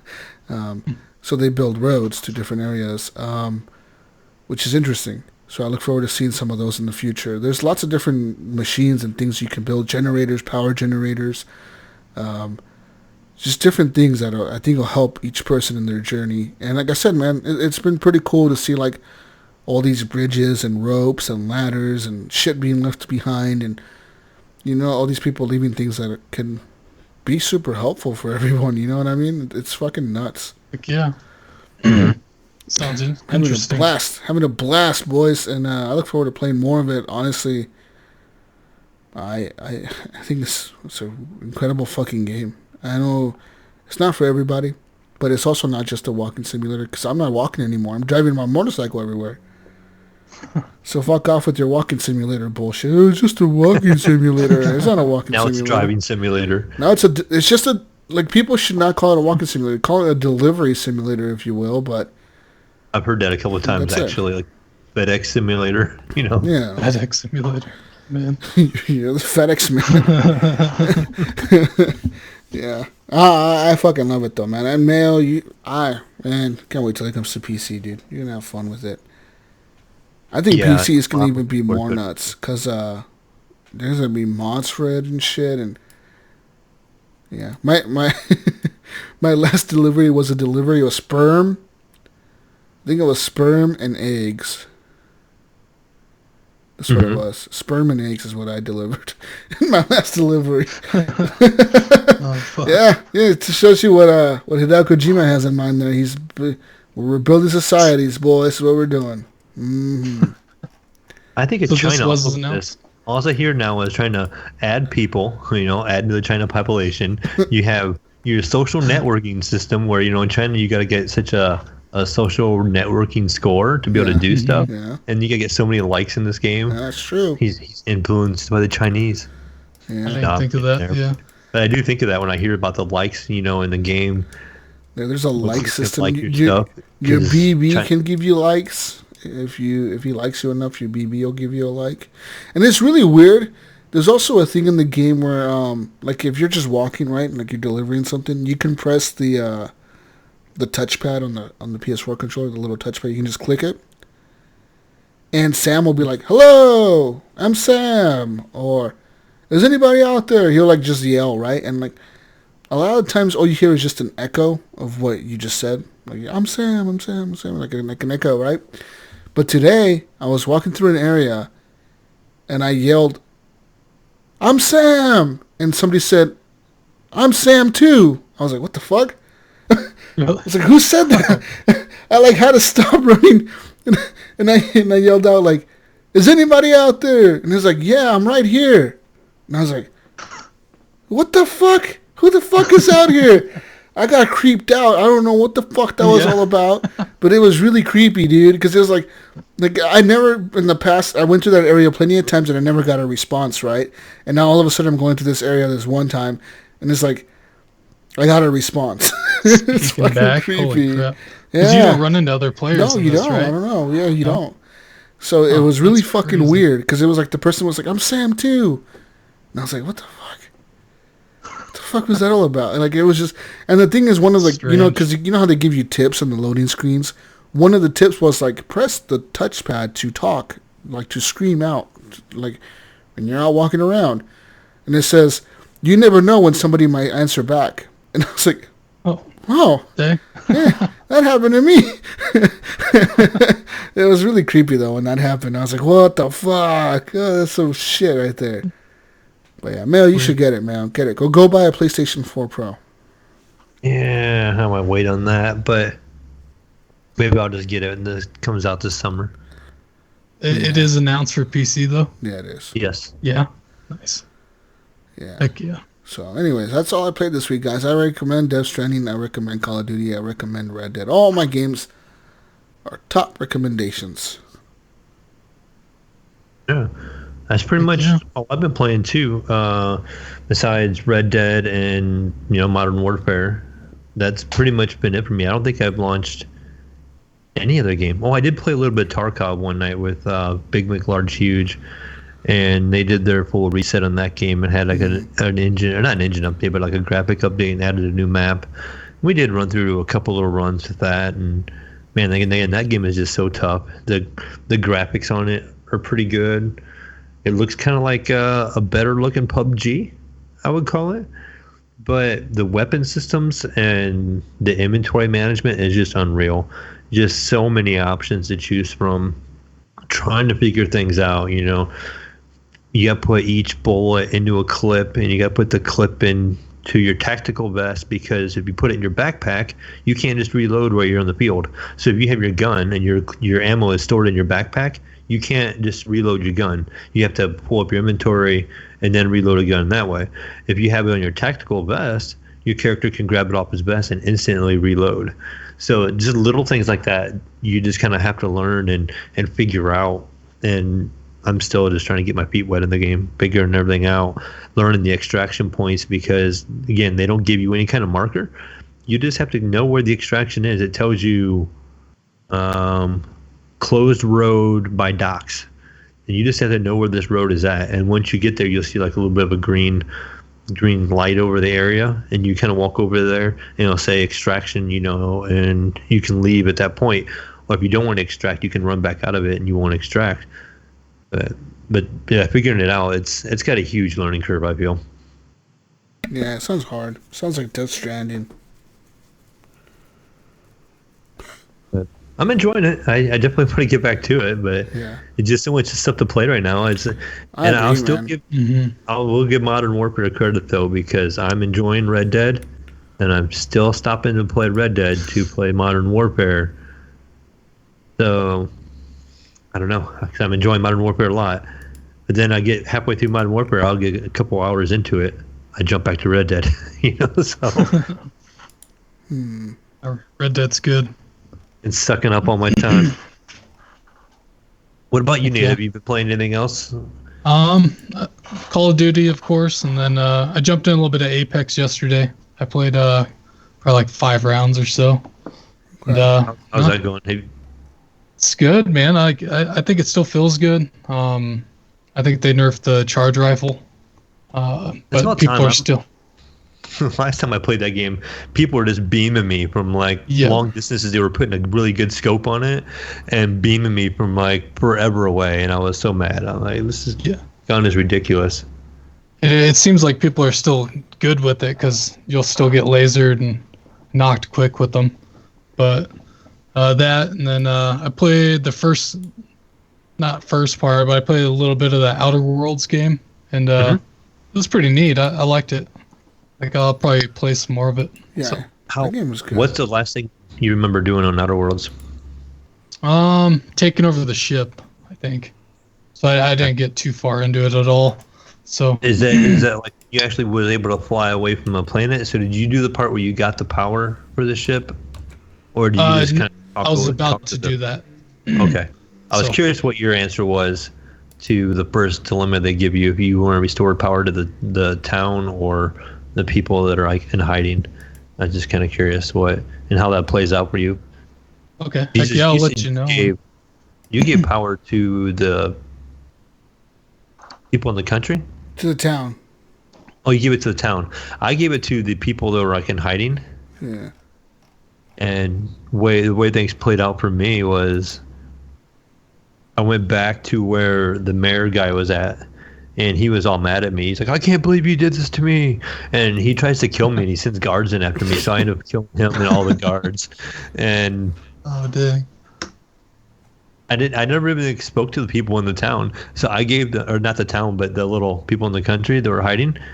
What was it, the garden people, or you want to call them whatever? Yeah. And I never went back and spoke with them. I gave them their power back and never went and talked to them. So they're all probably happy and wondering where their power came from. And I never even went back and spoke with them. And the game just let me leave the area. Wow.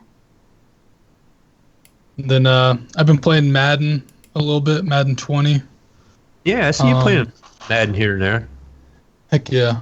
And Call of Duty came out. I haven't been able to play, but they added another 10 levels to the progression and ultimate team. So you can earn packs and tokens for a Torrey Holt card to get him to I don't even know what overall he is, but it keeps you interested in wanting to play. So I probably won't play as much because Call of Duty, but I want another NCAA football game. I really enjoyed the NCAA ones. I'm more of a college fan than I am a pro fan, so I have the latest Madden, or the one that's on Game Pass. Can't remember if that's the same one or not. My son will play it on the Xbox downstairs every once in a while, or we do a little bit of couch versus, Yeah. So Madden 19, I forgot the people who did it, but they did a mod that has 32 NCAA teams, and you can pick them and play them, and the roster is supposed to be current. It was pretty neat. I played it for a couple months, and it was pretty cool. But I don't know if they're going to do it for 20 or not. But hopefully, yeah, supposedly NCAA's in the works, though, so that's a rumor that it's coming back, so that'll be pretty neat. I miss those games as well. Do you think they'll actually get them back? I don't know if they will. I don't think they will. It's going to be a hard license to get, especially if they have to start maybe considering about paying players, the college, using their numbers or names or license. That's a lot of paying out. And unless they do just in general, everybody that's in this game can get such dollar amount if they agree to that maybe, or what, because to do individual things, with all these big name, obviously you're going to have different caliber of players in the game, but your bigger quarterbacks and stuff like that from LSU and all that, they're going to maybe want a bigger paycheck or a bigger chunk to have licensing than some third string offensive lineman, So I wonder how all that would work. Yeah, that's true. A lot of red tape to figure out. That's true, and yeah, that's all I played. Nothing too crazy. Have you ever, since you're into football games, have you ever tried playing Mutant League football? A little bit, yeah. I think I probably played a couple weeks of that. I thought it was pretty neat. It was interesting. That was a funny game. That was a game I always thought they should make. Yeah, I remember playing it on the old Sega Genesis days, and it was basically they took the Madden engine at the time, and it was top down at that time, and put in this game where it had landmines and monsters and just craziness, and I loved it. They had that in a hockey game, just thought it was brilliant. I kept saying, "Oh, they need to make a new one. They need to make a new one." It'd be so easy to take the Madden engine and just put in monsters and put random landmines in the field, and the people could just die. And sure enough, they made it, and I was super shocked. Oh, this is awesome! This is awesome. I got it, and I barely played it. So, yeah. I haven't played it too my much. son a couple of times. It's funny when you get down. When your offensive line starts dying, you only have like 2 linemen on your team, and you got a quarterback, and that's it. And the other team has a full defense. Full squad.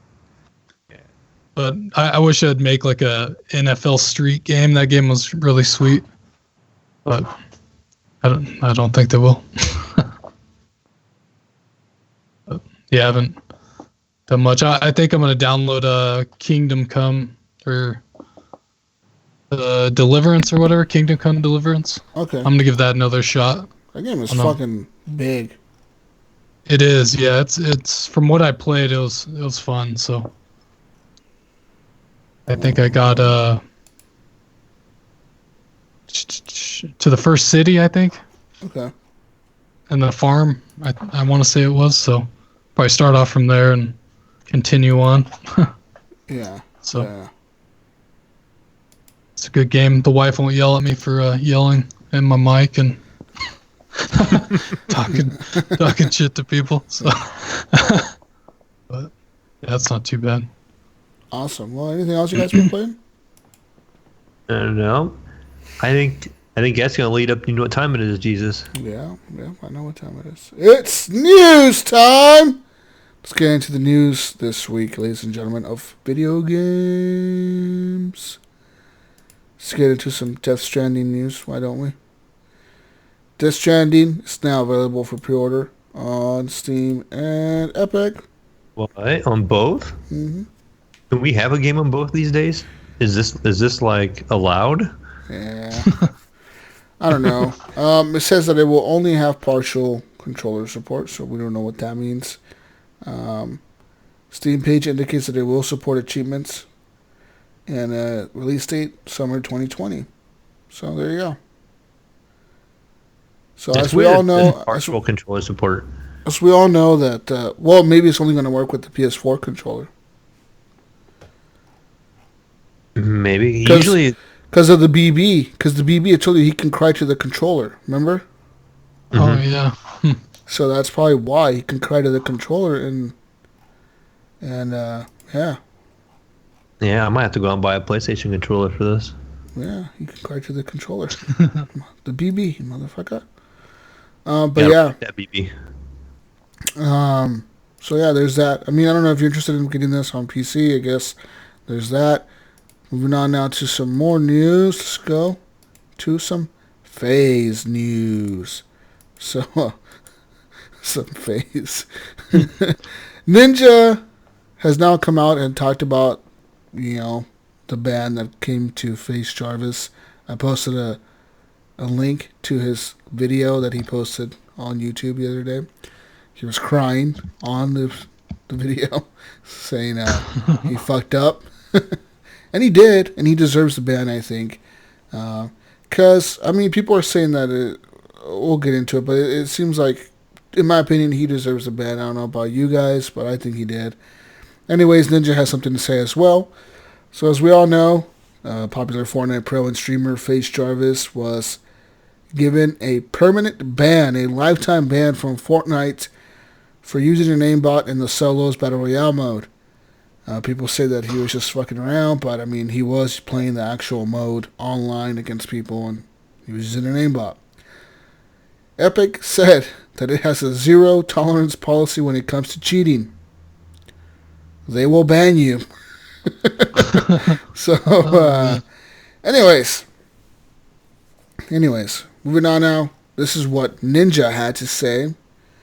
He said, there's a difference between a content creator who has millions of subscribers, hundreds of thousands of followers, who gets banned from what literally makes him money, and some kid who is just a piece of shit, who has absolutely zero following, has zero money that comes from Fortnite, from gaming, and hacks.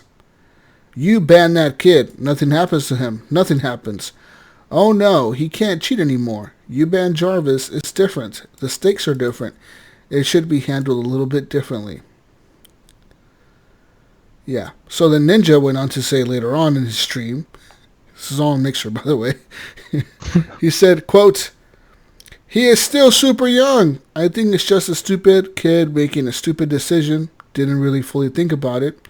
It wasn't in a tournament. It wasn't a cash cup. It wasn't anything like that. And he's young. There are people who have done worse things on the internet in different areas and haven't gotten banned. I use Logan Paul as a reference. The dude literally filmed someone hanging in a forest, and his channel didn't get banned, and he's perfectly fine. He uploaded an apology video, and he was set." And he said, "They are lines, man. I think this is one where it's like, Jarvis, dude, you're an idiot. 6-month ban, maybe 3 months. First offense, a young kid. Come on, man."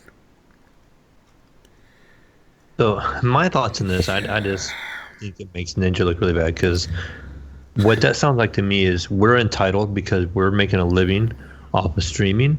So we should be allowed to do things like this.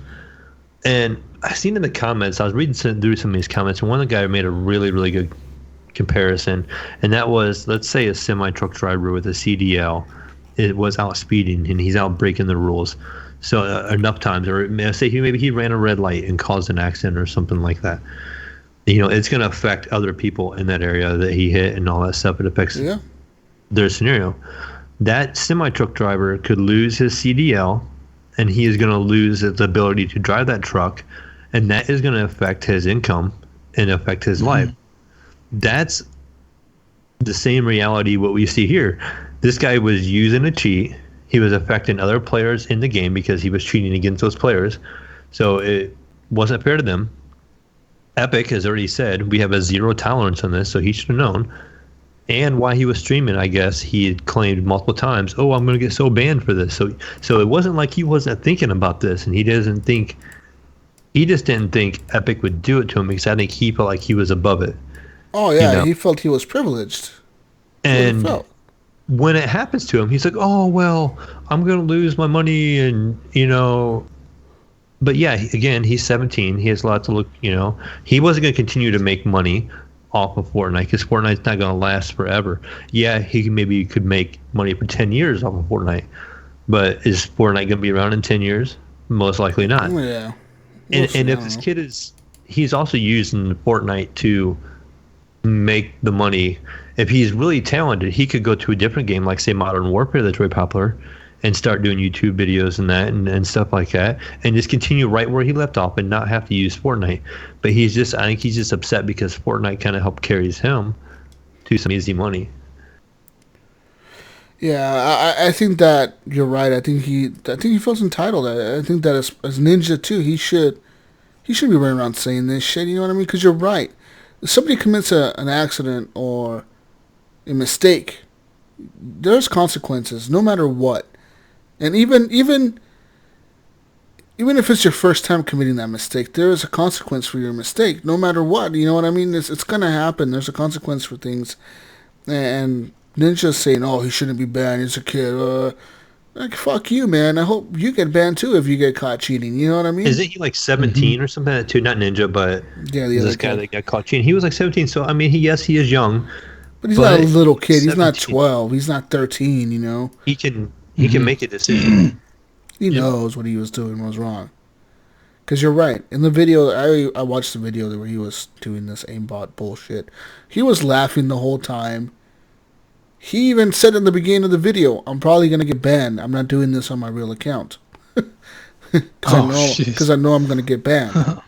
Yeah, and that's the other thing too, is if he's now doing it on his real account, he knew that it wasn't right. Yeah, he knew this whole situation. I'm glad he got banned. I mean, for a lifetime, I don't give a fuck, really. Ban him forever. I don't give a shit. He deserved it. As far as whatever, him crying, dude, he made a lot of money off of this already. Yeah, he's probably made more money than we have probably the next 10 years. Yeah, he's made a lot of fucking money off of this already. Let's look at his monies here. So I'm looking at a website here that says how much money he's made. So at the time of the writing of this article, which was 4 days ago, Jarvis has 2 million subscribers and 170,000 Twitter followers. And his brother, Fraser K, he's a director of the Call of Duty gaming group. His brother has an estimated net worth of $1 million US. That's his brother.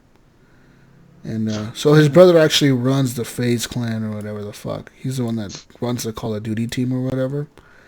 So let's see here. As far as his ban.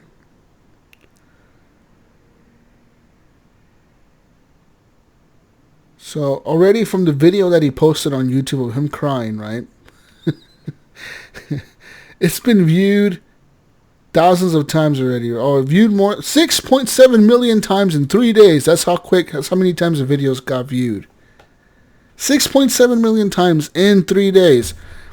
Some people are saying that based off of that estimate of views, that you will get paid between $25,000 and $36,000 from YouTube for ad revenue. Holy crap. For that one video. For that one video. Just for him crying.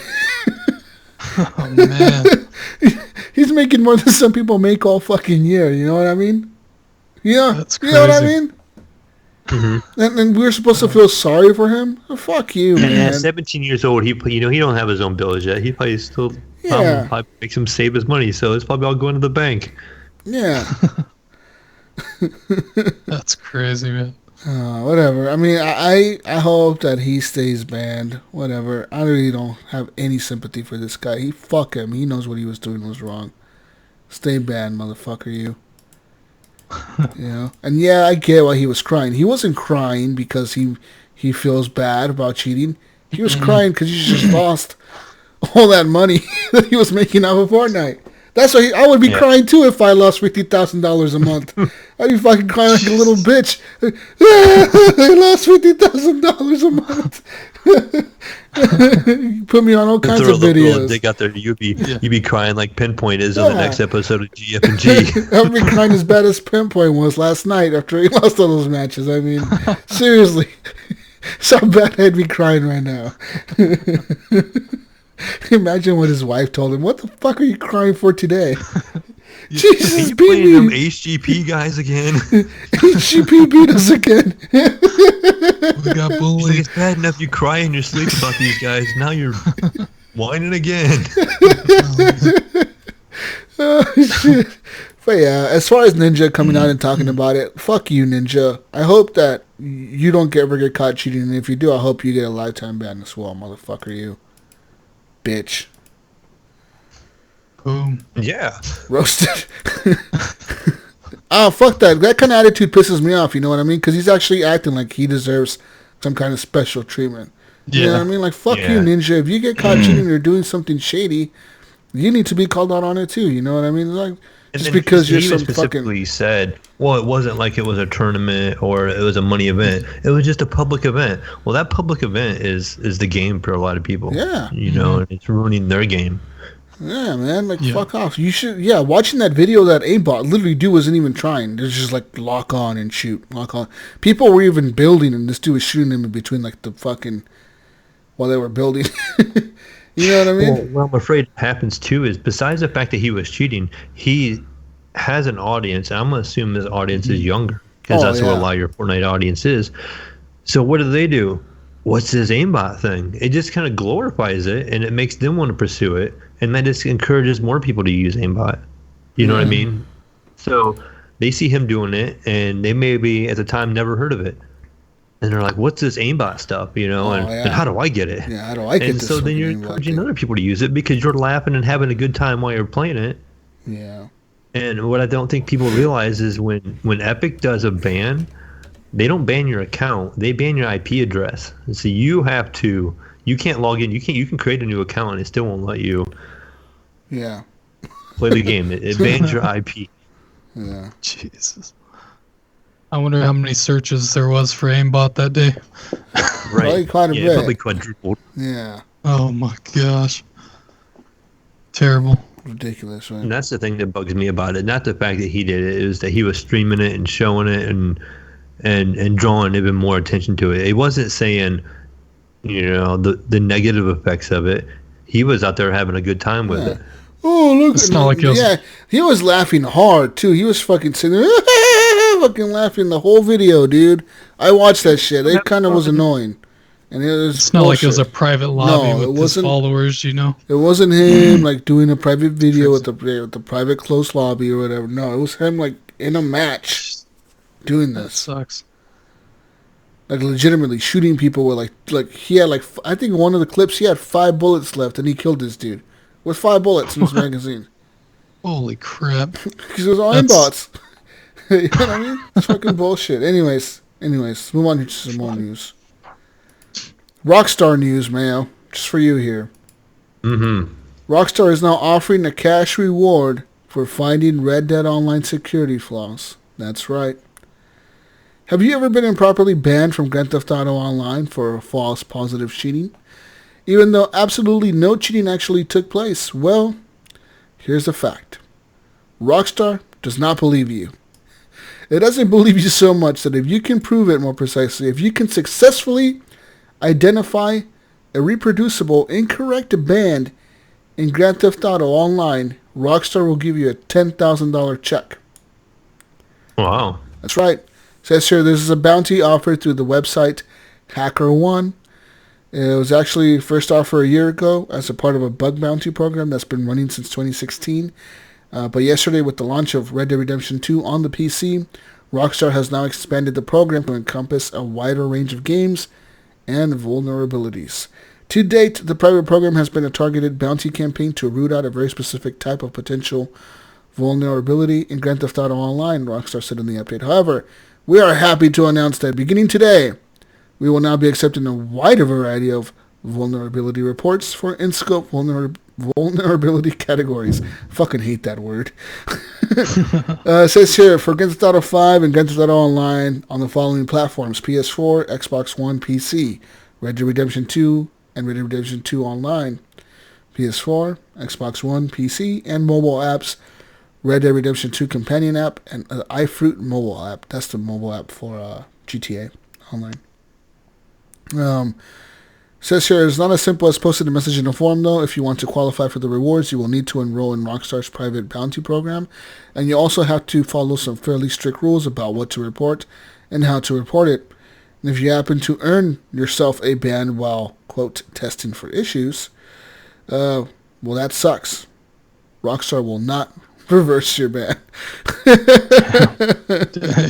Says here, the minimum bounty for a discovered vulnerability is $150, but it goes up from there based on the severity and complexity of the identified potential vulnerability. How many times have I said that word this time? Like in the last 2 minutes. I've said it like 10 times, haven't I? I think so. Researcher Mario Gomez, who tops Rockstar's thanks list, has claimed rewards ranging from $250 to $1,000 over the past year.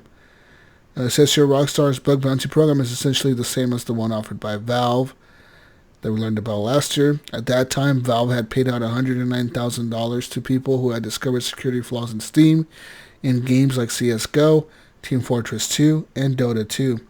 That amount today is now up to $840,000. Yes. Yes. It's crazy. Also, Rockstar confirmed that the $10,000 bug bounty also applies to the campaign. So good luck. Good luck, boys. Good luck. Yeah, there you go. Give me something to look for while I'm trying to play the game. No, yeah, I was going to say I'm about to buy that game to get yourself banned.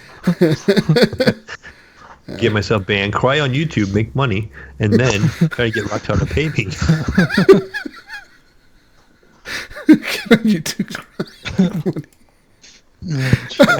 I like your mentality, man. That's a smart move. I got this all figured out. I'm going to quit my day job. Just get on YouTube and cry. Cry on YouTube 24/7. Yeah. Heck yeah. China cracks down on online gaming with the curfew and time limits, people. That's right. The Chinese government has now announced brand new rules designed to tackle game addiction. This will be banning minors from playing online games, specifically between 10 p.m. and 8 a.m. Sorry, not 10 a.m. 8 a.m. So 10 p.m. to 8 a.m. you will not be able to play games if you're in China, kid. Along with the curfew, which will affect every single online game being played in China, under 18s will also be restricted to 90 minutes of online gaming during the week.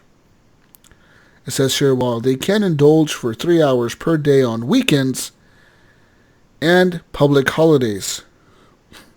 So, if it's a weekend, you get 3 hours a day. You get 6 hours on the weekend, 90 minutes a week. Jesus, Holy dude, crap. I would fucking hate this. That's like nothing. It's kind of funny because we actually put time limits on our kids and how much they play. And my boy, he does play a lot of Fortnite. He's only allowed to play 2 hours a day on school days. Tell them that And people in China get that in the weekend. 90 minutes. They get an hour and a half. In a whole week. And then on the weekends, he gets unlimited time where they only get 3 hours. Yeah, I said, man, what the fuck, man? You need more restrictive rules like China. Right. You need to cut this hours down to 3 hours on the weekends, 3 hours on holidays, and 90 minutes a week. Tell them you can have 90 minutes any time of the week, but you got to choose how you're going to use those minutes. I'm going to bookmark this article, and next time he complains to me about not getting enough playing time, I'm tell- going to show him this, and then we're going to negotiate his length. And Tell be him- like, look here. Drop it to 1 hour. Tell them your game time could be 90 minutes this fucking week, and you're going to play 20 minutes a day for 5 days or something. You know what I mean? Like, it's ridiculous. Anyways, 6 measures are now being taken, including the curfew, time limits, and spending caps. One stricter rules is for real name registration, which currently uses mobile phones where kids can just use their parents' phone to register an account. The new rules will require players to provide a, quote, valid identity information if they want to register. This also says here that game companies will need to supervise their players more too, and companies that don't meet the new requirements will be given a time limit to make the changes, possibly leading to their licenses being revoked if they don't comply in China. The government will also be looking to create a new age rating system, while also training parents and teachers to work with kids on their online habits. A representative from the State Press and Publication Administration told state-run news agency Xinhua that online gaming satisfied people's needs for leisure and is capable of, quote, enriching the people's spiritual and cultural life, but claimed that it causes issues that, quote, affect the physical and mental health and normal learning and life of minors. Dun, dun, dun. Dun, dun, dun. I find this kind of bizarre too because, I was just talking about China earlier, how they're big in their social, like your social score. Mm-hmm. Because, we talked about it a while back where it could affect you to be able to fly. It could be if you have a certain social score, you can't fly. And they're so big on their social score rating and their social media rating in a way, but yet they don't want to encourage video games and online play.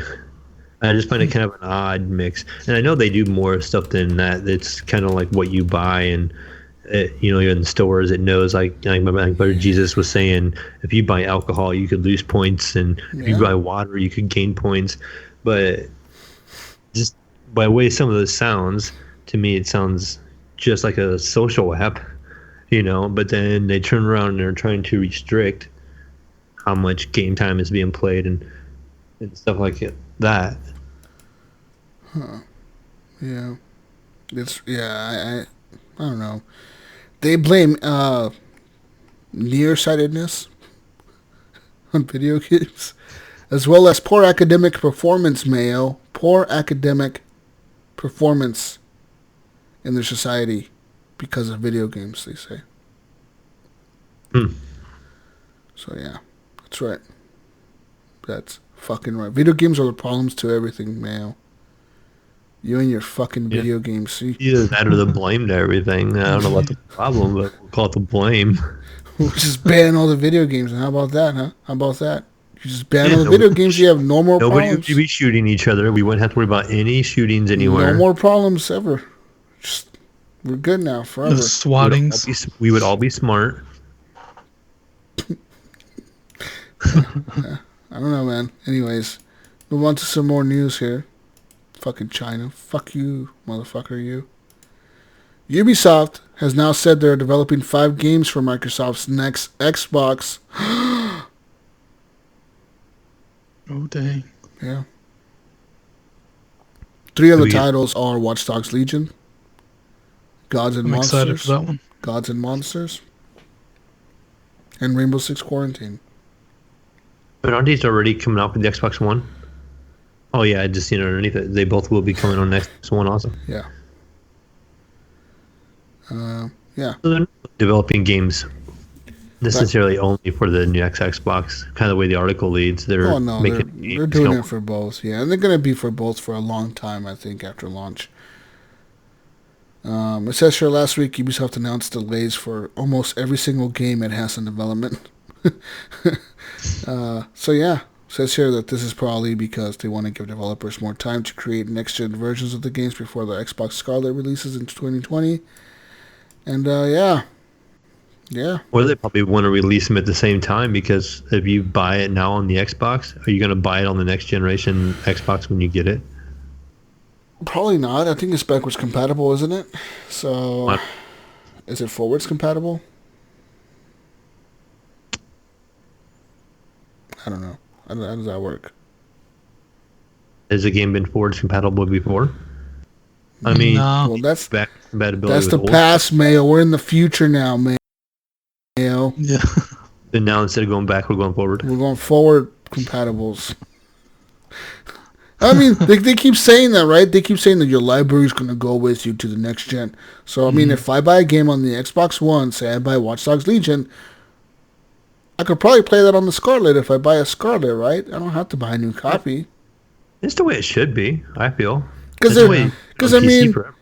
if I, because it said they already said it's going to be backwards compatible, so you should be fine if you buy it on either one. You should fuck it. I buy it on the Xbox, whatever.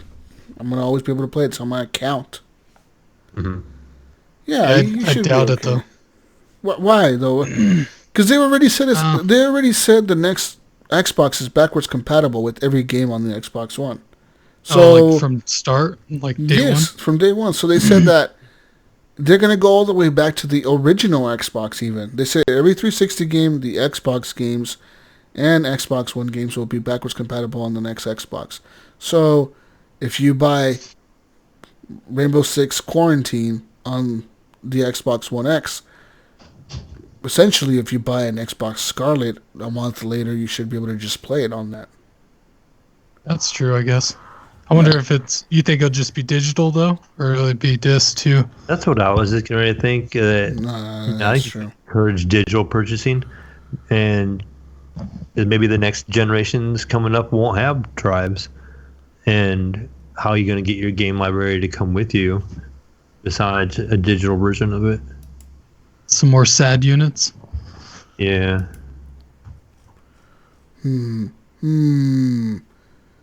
Also, what else do we got here? More news. XO19 happening this week, ladies and gentlemen. That's Microsoft's big yearly event. This year, it'll be located in London. I believe last year was Mexico, right? Or was it somewhere else last year? I think it was Mexico. Yeah. Think. XO18, where was it? XO18 location. Let's go here. Yeah, it was in Mexico City. Yeah. And was there an XO17? No, there wasn't an XO17. So this is the second time they're doing it? I guess. Maybe. Anyways, it's taking place in London for all our London listeners. It says here, Microsoft has come out and said, the annual global celebration of all things Xbox will be filled with news, first looks, and surprises. This begins at 8 p.m. UK time, 12 p.m. Pacific time, 3 p.m. Eastern time, on Thursday, November 14th. They have now said that 12 Xbox Game Studio titles will be shown, including new reveals and PC games. New PC and console game reveals for Xbox Game Pass, and big Project xCloud news. This would be hosted live in Watch Mixer, so that's Mixer's website. That's their Twitter handle at Watch Mixer. So if you go there, you're going to be able to watch it on Mixer live. It says here that XO19 will be held at the Copper, or it's Copper, right? That's not Cooper. That's Copper Box Arena in Queen Elizabeth Olympic Park at Stratford, London, from November 14th to the 16th. That's right. Tickets for Thursday's Inside Xbox event are only priced at £19. And so our tickets for morning and afternoon sessions on the following day. So I guess you have to buy them per day. Doesn't seem too expensive. Yeah, it seems kind of pretty cheap. Yeah, cheaper. Like 20 something, $30 a day or something.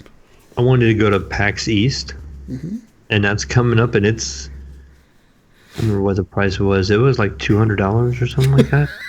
Was it really? Holy crap. I just remember it being like a $700 trip for me if I drove out. Yeah. And that was like a stay a day or two. Says here, Microsoft said that the attendees can expect a world premiere. Hands-on gameplay demos, panels from the Xbox Game Studio teams, plus developer meet and greets and autograph sessions. They say over 24 games will be playable, including Age of Empires 2, Definitive Edition, Battletoads, Bleeding Edge, Cyber Shadow, Doom Eternal, Dragon Ball Z Kakarot, Forager, Forza Horizon 4, the LEGO Speed Champions expansion, Gears 5, Halo Master Chief Collection, Haven, Levelhead, Microsoft Flight Simulator, Minecraft Dungeons, what else here? Star Wars Jedi Fallen Order, Streets of Rage 4, The Good Life, Tunic, and Wasteland 3, and much more. Ta-ta-ta. So there you go. Excited, boys. You guys excited for XO 18 or 19? 19. Yeah. I want to hear about the Battletoads. News I have, yeah. And what's this xCloud news? This big xCloud news? Big xCloud news. Huge xCloud news. Gonna battle Stadia here? Gonna go live soon? We're going live November 19th. That would be fucking huge, wouldn't it? That would be fucking huge. Oh, it would, yeah. No, they wouldn't go live that quick, I think. Maybe next month? A year from now? Next year? January? I mean, they were rolling out a lot of tests, on phones and stuff. Mm-hmm. Did you ever try it? Yes, I have tried it. Yeah? Is it it's good? Okay. It's okay. It has a little bit of a delay in the controls. I had a hard time playing. I tried Gears 5, and I was having a really hard time with it, trying to maneuver around with the controller. But my Wi-Fi in the house here, like I have 1 gig internet down, but my Wi-Fi is like 100 meg or something like that. And it wasn't, it just had a lag to it. And so I've been hearing that about other platforms, so I'm just nervous about it. Yeah, I'm nervous about it too. I also see in the news, it was kind of hinted that they found somebody was doing some data mining that Steam has a platform in the works of a streaming service. They already have, your Steam Link, and you have a streaming app, but something maybe a little more, instead of using your PC to stream the game like you have to now, using something like xCloud or Stadia. So that might be the PC's version to compete with all this stuff too. So it'll be interesting to see what happens.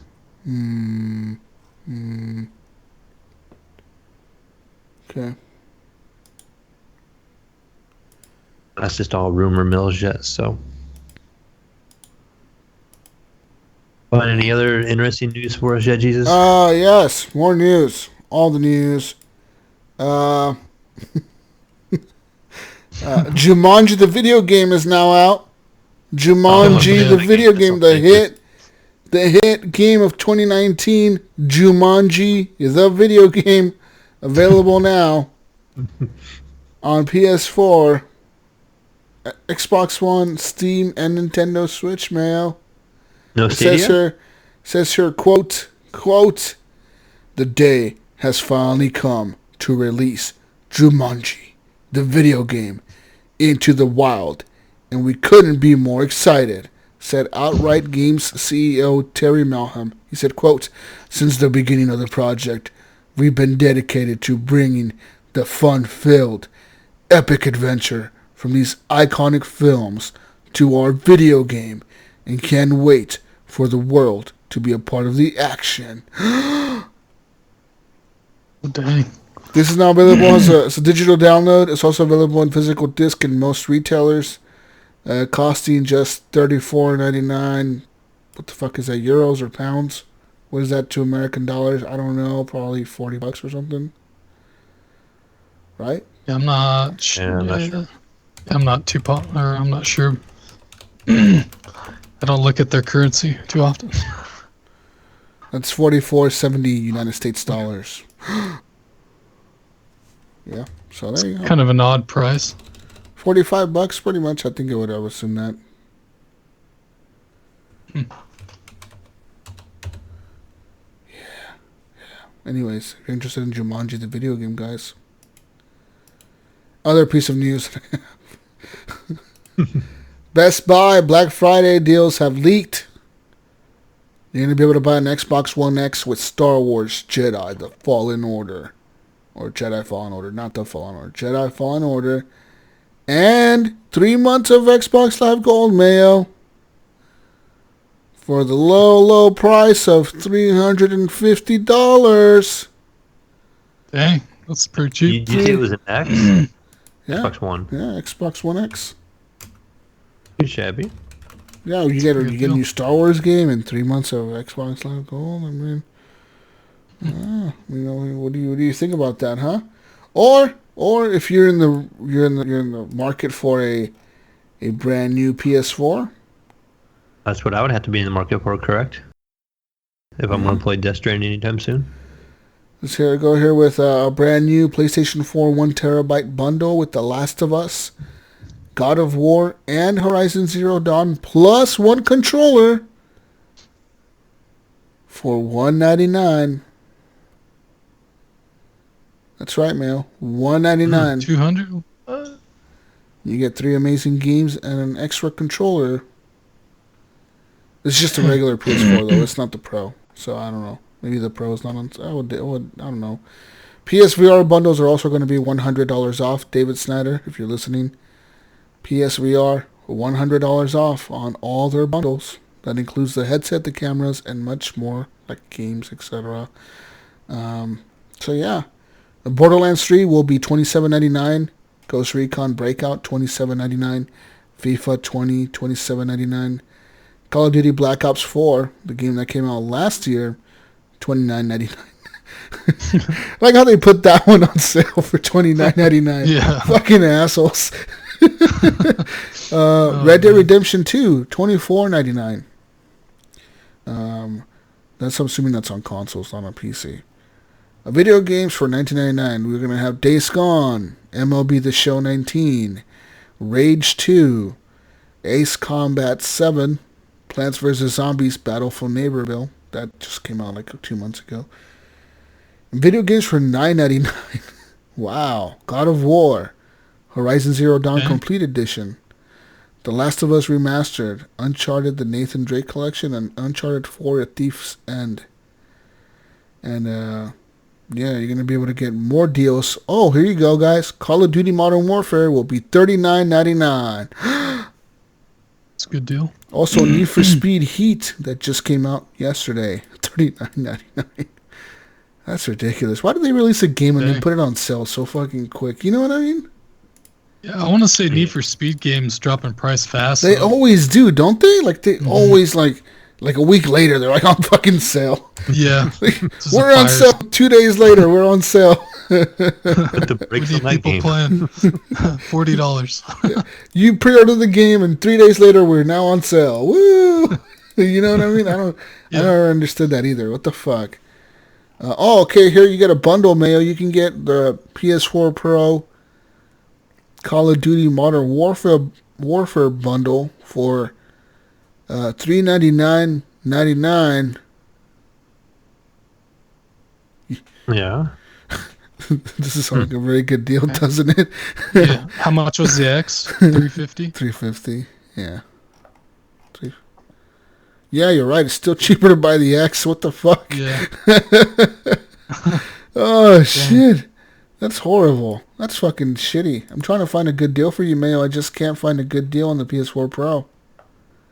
It's only the PS4 Slim they're dropping in price, it looks like. I can put that next to my regular Xbox, right? To $200, yeah.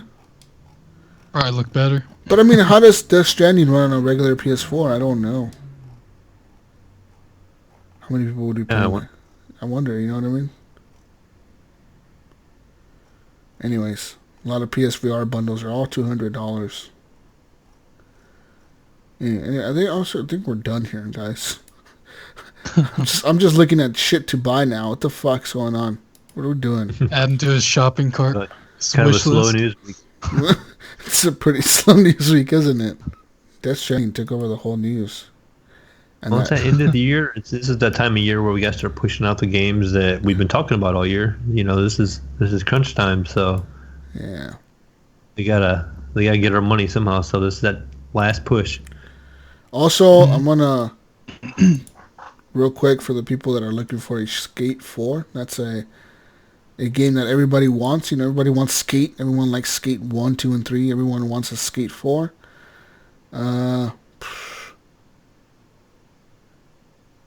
Oh, okay. Never mind. The story has been updated to not say that. Okay. Originally, the story said that EA abandoned the Skate trademark. But apparently, it says here that lawyers cleared up that real quick and said, no, they still own it. They still have that trademark. Oh, well, never mind. I was about to say you guys aren't going to get a Skate, but yeah, it looks like you might get a Skate someday. Maybe. Is that the one you do tricks on the joysticks? Yeah, you do the joystick and bullshit. And, yeah. You got any more news, Mayo? Anything you want to bring up? Do you want to let the world everything know? else I ran across, I did see something on the news. This is another crazy article talking about Death Stranding and said it was a better like downhill skiing simulator than some downhill skiing games. I'm like, what? Oh, man. Shit. So evidently, you got a point in time with Jesus where you get to ski. Maybe I don't know. Something to look forward to and be better than any skiing game out there right now. Yeah. Hideo Kojima, man, the fucking visionary of the fucking future. Maybe that's what's he called? He was the last visionary in gaming. Visionary, yep. Yeah. It's crazy. I mean, so how many games will we have like Death Stranding come out next year from third-party companies? quite a bit. Copying his Delivery Simulator 2020. How long does it take Fortnite to make a mode where you actually take a package across the map and not get killed? That'll be the mode. You got Battle Royale. Deliver this package across the map and don't die. Play it off this episode, and I'm gonna get a message from Epic saying you're spoiling our stuff, and I'm gonna get a lawsuit against me. We're planning on this. Yeah, we're gonna get sued by fucking Epic now. You guys leaked our shit. And then they can get a hold of Call of Duty for their stairs simulator. Oh man. And stair simulator. But yeah. Anyways, Hideo Kojima came out and said after this game released that he is no longer making video games. Movies, right? He wants to go toward movies? He's moving on to movies, he said. Isn't that what he's kind of doing now? I mean, isn't he making a movie with a game in between? Well, maybe. I don't know. I wonder if anybody has looked at a game and broke it down by gameplay and movie cutscene time. Which one was more? Like in Death Stranding, which one had more actual, if you were just going from mission to mission to mission without venturing off too much and just beelining right through the campaign versus the amount of playing time of the cutscenes? Which one was more? Yeah. Well, he came out recently in an interview with Time magazine, and he said this, Mayo. He said, quote,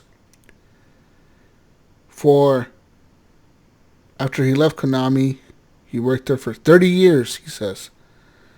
And he said he left and he said, I had nothing around me but a dream and a passion to create. He said he soon after met some creative people like Guillermo del Toro and F. Paul Wilson. He said, suddenly I realized I wasn't alone. And then he said, the game is about connecting the world. What I want to say is that I am connected to everyone. And this connection I don't want to lose. That's why I created a knot. So that I will never be parted from you ever. Thank you so much. And he also said this. He said he struggled with loneliness in the interview. He said, I feel always lonely in society. And he was speaking to a translator, so, some of these may not translate pretty good. But he said, there are so many people who play games feeling like that. Like they don't belong in this society. They don't really feel comfortable. He says he wants players to share that deep sense of isolation as they play Death Stranding. He said, quote, you're all alone playing the game, and you're trying to connect this fractured society by yourself. The world is beautiful, but you're just small. You're a tiny speck. You feel hopeless and helpless and powerless. You feel so lonely. Oh my. Oh my. What a fucking visionary. Only a visionary would say something like that, guys. Definitely. I got a tear in my eye, guys. I'm crying over here. He said, quote, okay, so at the end, he said that he believes he has caused people to feel even more lonely despite how easy it is to connect with one another. He said, right now, communication is too direct, Kojima says. That's the root of it. We're not thinking about others. The interviewer says, I asked him how we could change that, and he said, quote, I don't have the answers, the complete answers.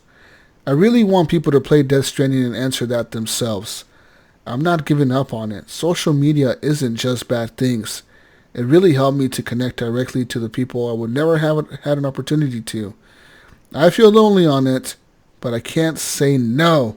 Oh my. Fucking visionary. Goddamn. Fucking visionary. I should be charging you guys to listen to those words right now, motherfucker you.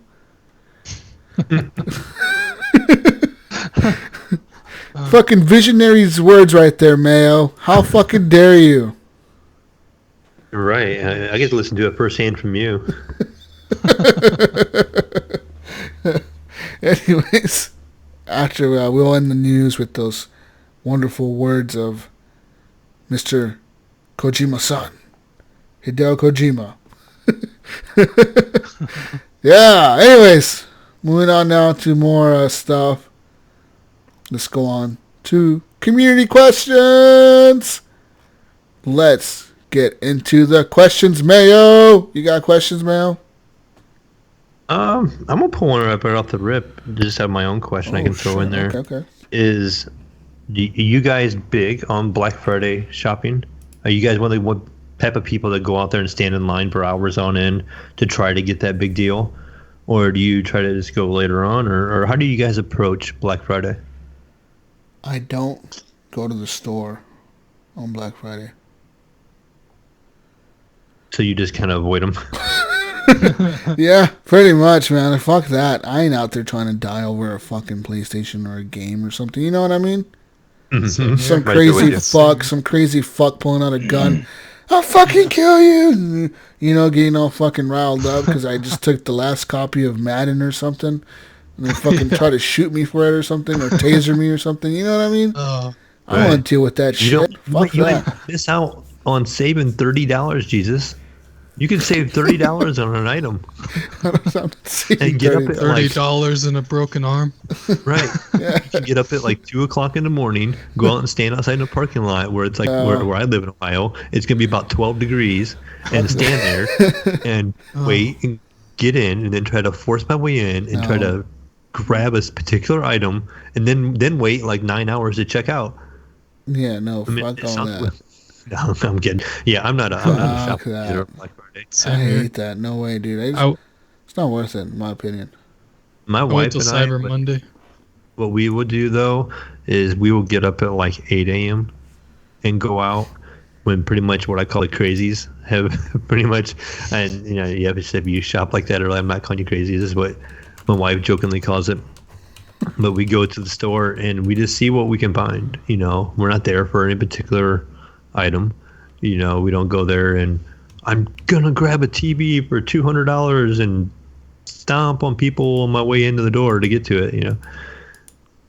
Are you doing this at Walmart or like at Best Buy? We usually go to like Kohl's or Target or something like that. Nice. I'm not much of a Best Buy guy actually. We have a store here where I live in Columbus called Micro Center. It's a big computer store, so any kind of electronics, they have a lot of electronics there too. I like to go to them. Okay. Yeah. Heck yeah. Another tip I like to give people that are out there trying to save some money and, you know, be budget conscious, I guess. I know some of you are out there looking at TVs and you hear us talking about 4K and HDR and all that stuff all the time. If you're going to buy a TV, I highly recommend you do not buy on Black Friday. Like, at all. Mm-hmm. Don't even try. Don't even go. Because there's a problem. A lot of these manufacturers out there and the big retailers like Sears and Walmart, I'm not, you know, Target, etc. All of them, they're all guilty of it. Even Best Buy. They'll advertise a TV on their ad and they'll say 60-inch flat screen or LCD or LED or whatever, OLED for $400 or whatever, you know, $600 off, and it's like, oh, you're like, holy shit, I'm gonna save $600 on this TV, right? And it seems like a good deal. Problem is, they don't put the brand of the TV on the ad. You show up to the store, and you're asking them, where's this TV at? And they show you a TV, but you don't recognize the brand. And you already went to the store, you're there, and you're probably gonna end up buying it because you just don't want to feel like you've wasted this whole trip to buy this TV, you know what I mean? And when you're going to find out real quick when you get home is that the TV is a piece of shit. Because it's a bad brand. It's not a legit, it might be 4K, but it's not going to be good 4K. It might have HDR, but it might not have the best HDR. And you're going to just find out that it's a piece of shit, really, and you're going to end up returning it later on in a week or so and getting your money back. And there was that. You just wasted gas money to go to the store and fight a bunch of people for this TV. So I don't recommend doing it. A lot of these companies like LG, Sony, Panasonic, Vizio, Samsung, they all release cheap versions of their TVs around this month. They specifically manufacture like a certain TV for Black Friday that they're gonna sell on Black Friday. They'll make a certain model and they'll sell it on Black Friday, and that model will be stripped down so much. They're using the cheapest panels they can on those models. They're putting the cheapest software in there, using the cheapest chips they can put in there to just get by as a smart TV, you know what I mean? To barely get by, classifying it as a smart TV so they don't get sued or whatever. And they're selling these things, and they're selling quite a bit of them because they sell them pretty cheap. And then you get home and you start having trouble with your TV 6 months later, and you start looking up the serial number, and you start realizing real quick, this number doesn't exist in the Vizio lineup. There's no B series, there's no C series or whatever. Like, what the fuck is this? And then you're gonna realize real quick if you go on Reddit, someone else is having the same issue looking for this TV, and you're gonna be like, when did you buy it? Well, Black Friday. Well, I did too. Well, now you know why you don't find it, because only the people that bought this TV on Black Friday have this model. And they do that specifically to fuck people over. So be really careful when you're buying stuff on Black Friday, specifically big stuff like TVs. They do that a lot with TVs. They will screw you over, dude. They will take your fucking money and you don't even know what you bought. You think you bought a pretty cool OLED, but you really didn't. And it sucks because you spent a lot of money on that you could have saved towards buying an actual good OLED. You know what I mean? So, yeah, just be careful buying TVs like that, man. Because, like for example, a few years ago, you know, there was a lot of Samsungs at Best Buy that had a certain serial number that was being sold for really cheap. Like, I think it was like $600, $500. People were buying these TVs up, And what happens? Later on, they go and they look up that serial number, and it wasn't even like a real Samsung serial number.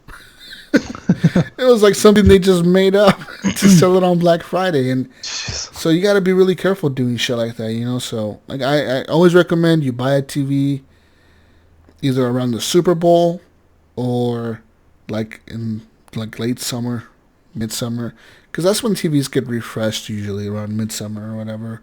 Around the Super Bowl, a lot of TVs get switched out too, so you can buy the old model. I've heard before that's the best time to buy a TV actually is around the Super Bowl. Yeah. Because they do a lot of deals too. They do like, buy a TV and deals. get fucking an Xbox with it or something. They do shit like that, you know what I mean? Where they throw in shit to get you to buy a TV. Get a free sound bar if you buy the TV. So they do pretty good deals with that. And you're actually getting like a name brand, like an actual TV. You're not getting like a fake Samsung TV. Like they're not fake Samsungs, but they're Samsungs that they don't sell like mainline. Yeah, they're stripped down. Yeah, like hobo versions or whatever. You know what I mean? I've had 2 power boards go out on Black Friday TVs. I guess I would recommend though, like saying you wanted it for a kid's room and it's not going to be used a ton. If you're not using it for gaming or movies, not really expensive. But if you're going to use it as your main TV and this is like your living room TV, then I'd be way more hesitant. You know, I would do your research and don't just impulse buy. Because it looks cheap. You're like, oh man, I'm paying for a 50-inch TV. I'm paying $300 or whatever, or $250, and you're like, well, that's a great deal. But then you realize real quick, like, wait a minute, what the fuck did I just pay this money for? You know what I mean? This TV looks like shit. So be careful. Be careful out there. Yeah.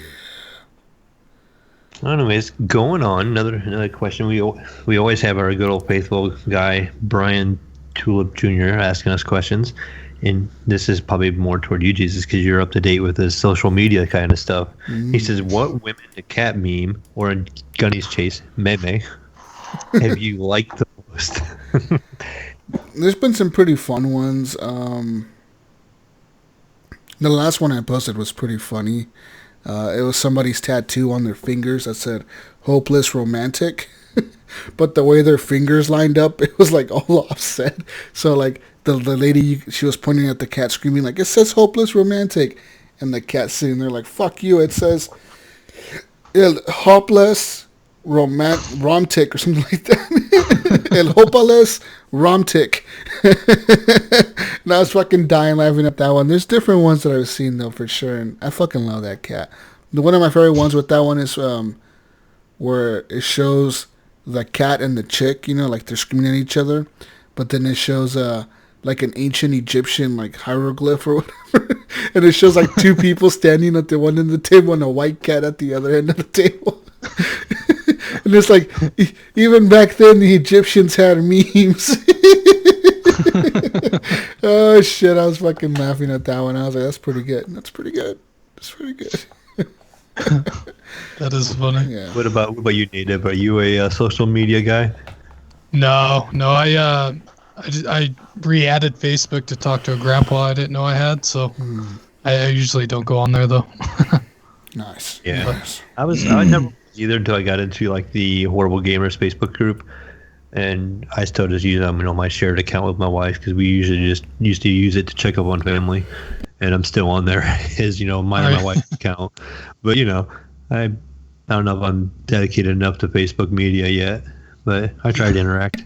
Just make a The Mayo account so your wife doesn't have to I thought about making that because right now I just have it on my phone, actually. My wife doesn't even have it because she's afraid she'll be on it too much. So we just put it on my phone.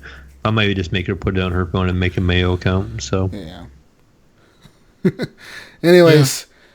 All right. Our next now. question is from Sean Imes Fuller. And he said, instead of swatting someone while they were streaming, why not send 50 pizzas to their house and make them pay for them? I agree with him. I mean, that's something I would do. I mean, I send 50 pizzas. Man. I got pizza in my house. Fuck. Gotta pay for it. Wasn't that happening to that streamer? He got banned from Twitch for breaking his keyboard. I can't remember his name. People kept sending him food to his house. Uber Eats and shit. Okay. In the house. Yeah, I don't know. I don't watch streamers that much, so I don't know what you were talking about, but I could see it happening. I can see it happening. But I agree with Iams. Don't swap people. Don't fucking do it, man. Whatever you don't ever do it. Really, don't. Just don't even participate. If you see someone, don't do it. Even if you see like a stream of that shit happening, don't fucking watch it. Just don't do it. Don't fucking support that shit. Yeah, it's bad. Bad stuff. Most definitely. He also, Sean M. Spiller, also asked us, he says, what TV show would you like to see as a video game and what style of game? He said he was thinking Breaking Bad would make a dope turn-based strategy game.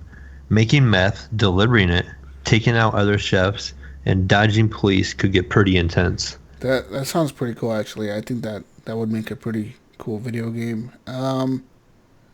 What TV shows? There's a lot of shows. This could be a hard one for me because I don't watch much TV at all. Like, basically none. Someone had to make a reference from the 90s. I would always want a Game of Thrones game, but that would be so hard. They already made a Game of Thrones game, and it wasn't good. I have that on Steam, and it wasn't good. Yeah, it wasn't good. It could have been so much better, but I mean, if they've remade one again, with like, not even like, you don't even have to have like the story. Like, you can have the houses of like all the people, like the houses that we know, like the Starks, the Lannisters, the fucking all the other ones. You know what I mean? All the fucking houses, whatever. You can have all the houses, but like have you create a house, like have you, like just make it to where like it's the time setting is not based on like the books or the TV show. The time setting is based on a random time, and it has you make a house, or you can pick one or whichever house. You can start on any of them. You can pick whichever one you want to be a part of, or you can make your own and just make you create your own banner, your own fucking house, your own thing. And the whole thing is you're like starting a war with somebody else to take over their fucking territory, and make it like a strategy game sort of, but also like an RPG. But you're like the king or whatever of your fucking house. You're not a fucking knight, or you're not whatever the fuck. You're not out there fighting. You're just controlling armies and shit. You know what I mean? Make it a strategy game. Yeah. That'd be cool. You know, like invading native kingdoms and shit. Yeah. Me? No, I don't really watch too much TV either. Any TV? Yeah, I watch movies, but yeah, I don't really watch television shows. I don't know. I just play games and go to sleep and work. Play games instead of watch TV. Yeah. Use my time wisely. Yeah, I'll try and think of one. My this kind of popped in my mind, and this isn't necessarily would be the greatest game, but something like Storage Wars, where you could like buy lockers, and in the game you'd have to take items and try to sell them and make profits and continue to build your little company. Yeah. Storage Wars Simulator. Storage Wars, the game. Give you like $1,000 to start, and you start and you bid on a little storage thing, and it gives you like old bicycles and. You found a lamp in this room. You could find like different things in it. You can take it apart and sell it by piece. And every so often you find like something really fucking expensive. Like you found a fucking World War II fucking heirloom from this family or something. You're like, oh shit! Could this be worth $10,000? It's worth $10,000. Woo! You would have to make a cost reference. You'd have to call somebody in game to make evaluate it, so you would get things you think it's worth something, and you come back worth nothing. They'd be like, "This is a fake," you know. Oh fuck! Throw it away. That'd be funny. That sounds like a good game. It's like something Discovery would make or whatever. Who the fuck is? What channel is that show on? Isn't it like a Discovery or some shit? I don't know. I just know of it. Yeah, I'm not sure. Oh shit! That's funny. That'd be good, man. Actually, I think that would be fucking really good. That would be a fun game. Storage Wars, the game. There's probably already a Flash game like that. Yeah, there probably. Look it up. There's a Storage War game. Look at this. Storage Wars game. Based on the hit A&E series. Oh, this is like an actual board game. Oh, this is lame. Boo. Oh, this is fucking lame. Oh, boo. I don't want to play. No one wants to play board games. We're video gamers. Yeah, I don't know. They did that JFK show on Netflix, I guess. Oh, there's a game on your phone, Mayo, called Bid Wars. Okay. It's Some really crazy games out there for the phone.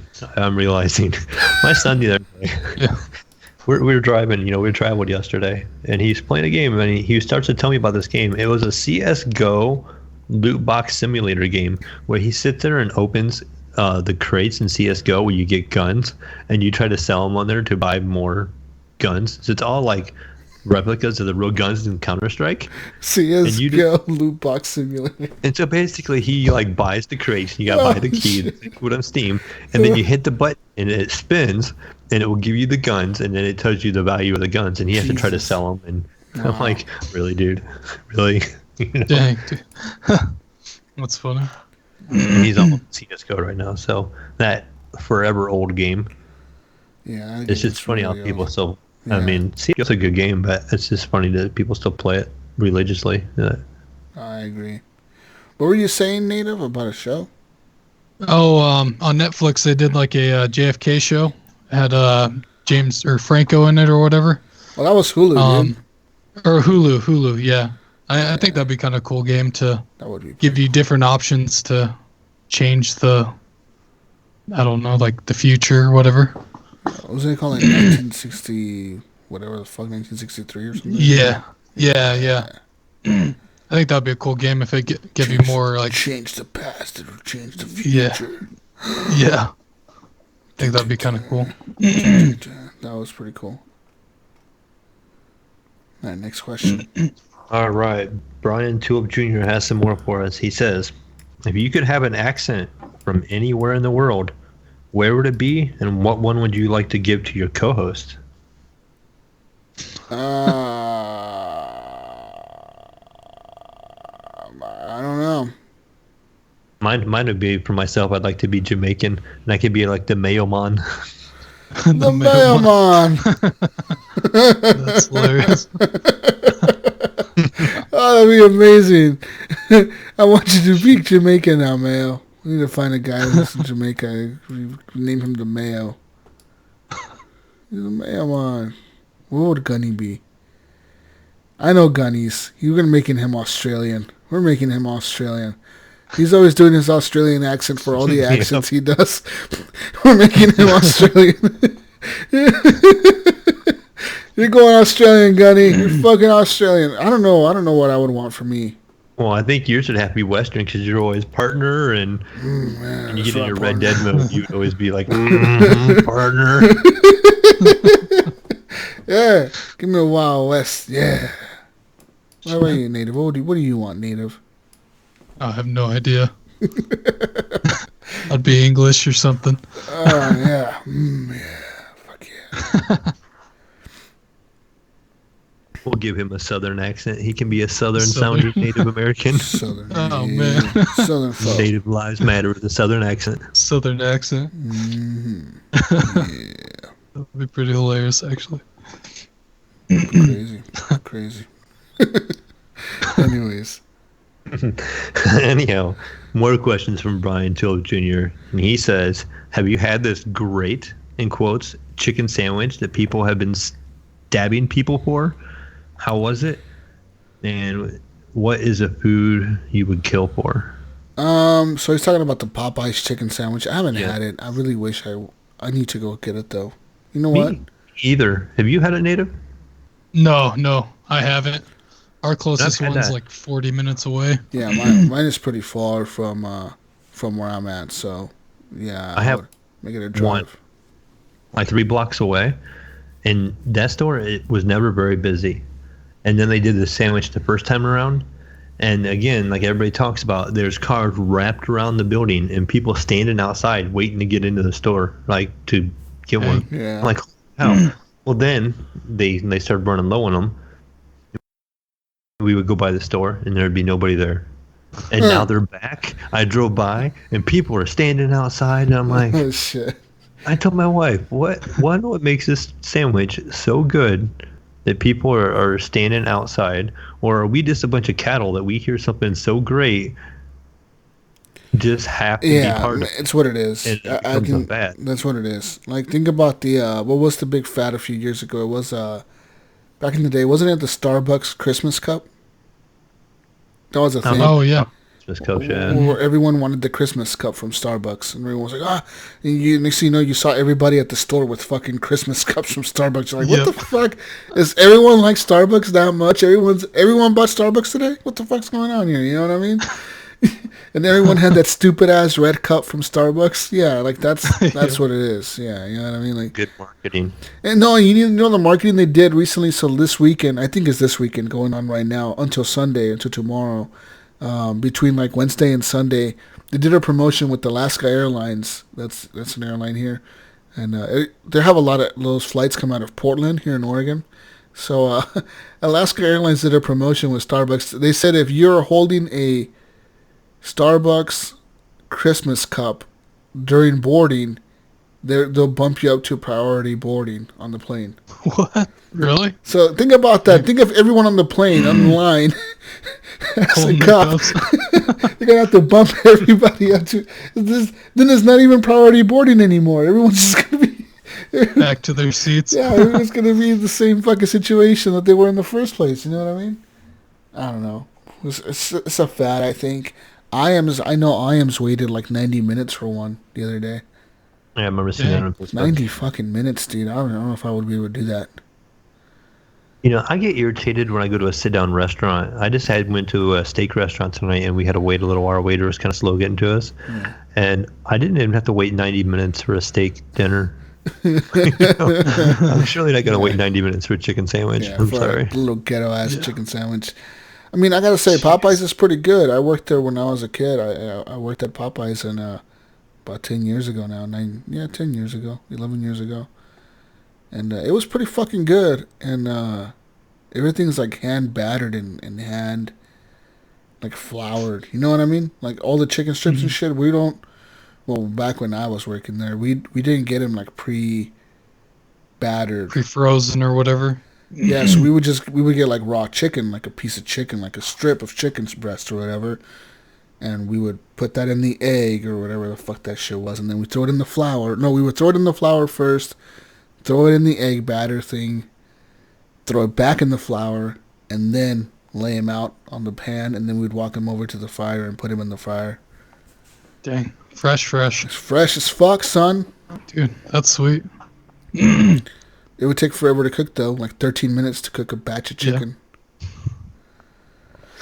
And then people would be... Because you know what pissed me off when I used to work there? People would show up, and they'd be like, I want fresh chicken. And we'd be like, look, this chicken just came up like 4 minutes ago. Yeah. like this chicken that's up here has been sitting here for like 3 minutes. Like, you really want to wait for fresh chicken? I want fresh chicken. You know, fucking people all entitled and shit, right? Yep. So we'd be like, okay, if you want fresh chicken, you're going to have to wait like 15 minutes for that. Well, I don't care. I want fresh chicken. And then we'd be like, okay, 15 minutes, okay. And then halfway through the 15 minutes, it would be like 10 minutes later. Where's my chicken? Where's my chicken? We fucking told you it was going to be 15 minutes. It's been like 8 minutes. What are you doing? Where's my chicken? I've been waiting forever now. It's like, lady, you've been waiting for like 8 minutes. We told you it was going to be like 15 minutes. What the fuck are you doing? Oh, man. And people would get all fucking mad, man. I want my fucking chicken. Yeah, that would get a little annoying after a while.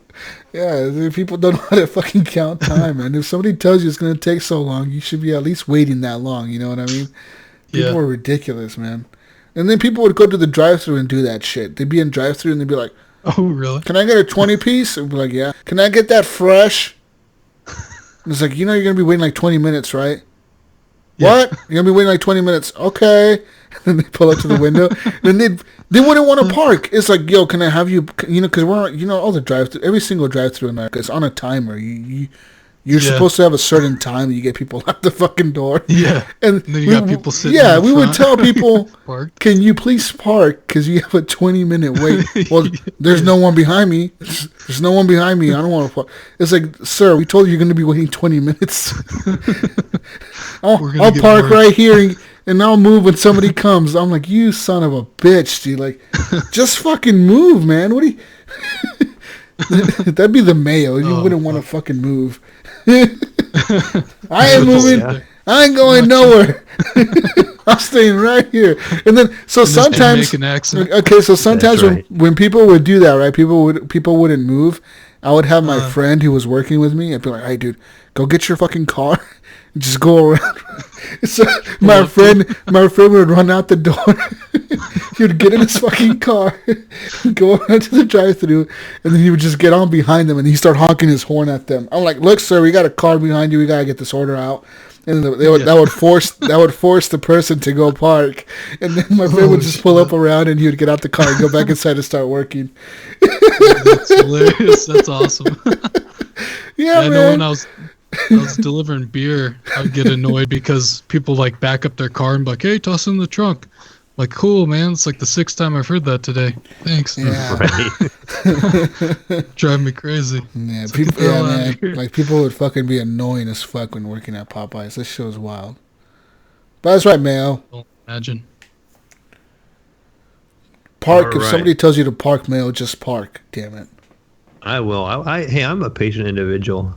I will wait. I go to we go to Panda Express here quite a bit, and they're always telling us we have to wait. Oh yeah, for the chicken. It's always something's out, right? Yeah. Yeah, I like the orange chicken. So we're out of orange chicken. We're out right now. I got a couple of Facebook questions I want to save for last. I'm going to jump to Discord here, and I'm going to jump on Nipron's question. And he said, "What's the weirdest dream that you guys have ever had?" Weirdest dream. While you're thinking, I'm just going to throw my 2 cents in here. And my weirdest dream is Nipron beating me in a game of Call of Duty where it was said that it was representing the gfng versus the HGP clan, and he'd beat me. I heard this dream. I heard people talking about it on a podcast or something like that. It was kind of weird. Wow. But I woke up and I was like, man, I'm glad that wasn't reality because could never have happened. Oh, shit.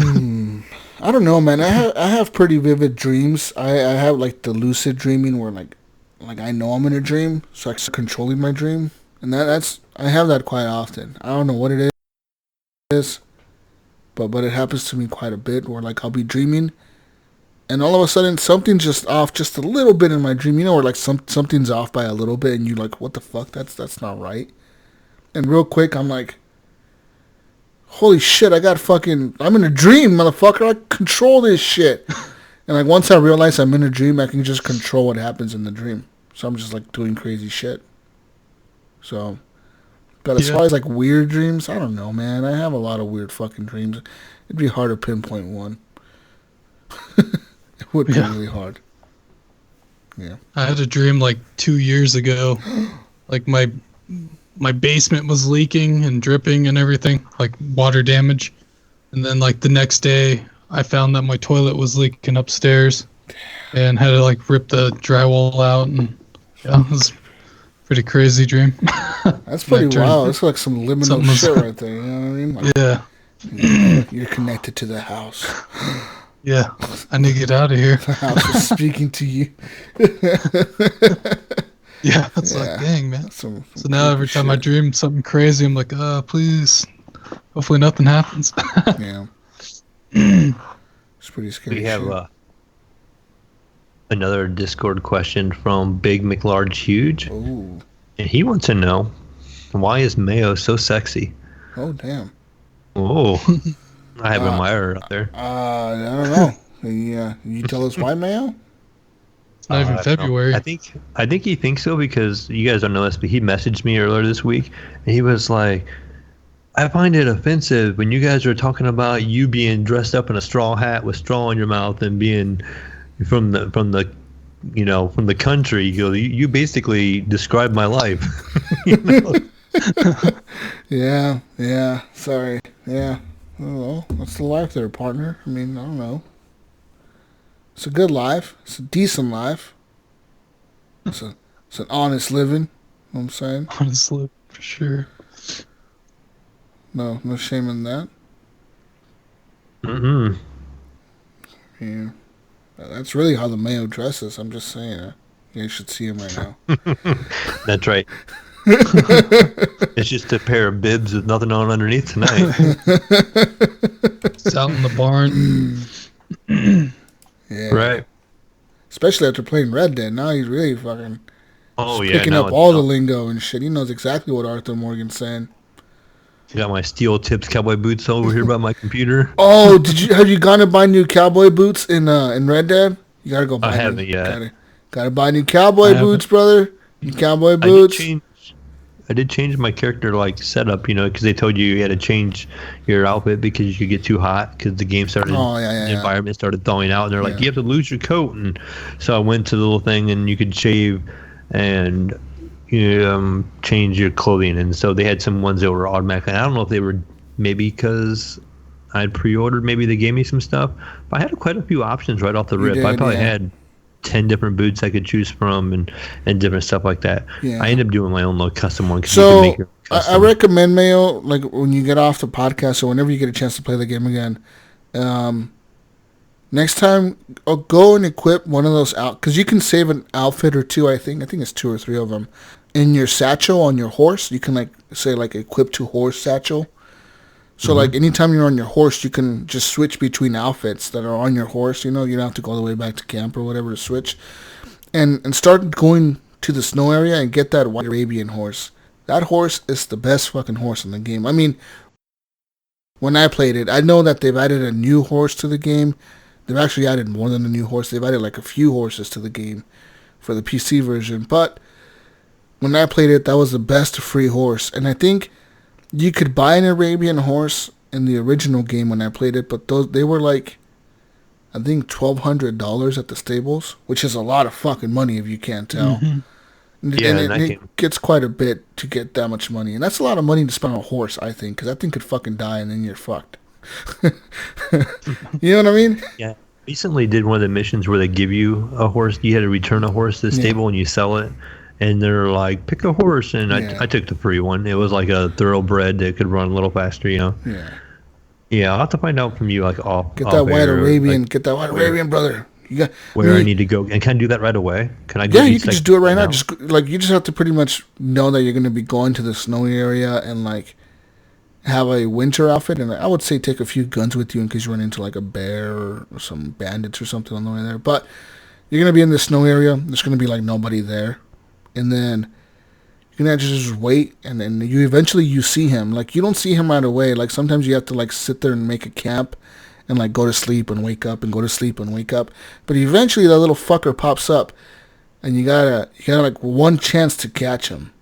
And if you don't catch him, you have to stop the game right away and reload your save. Do right before that, because you only get one chance, dude.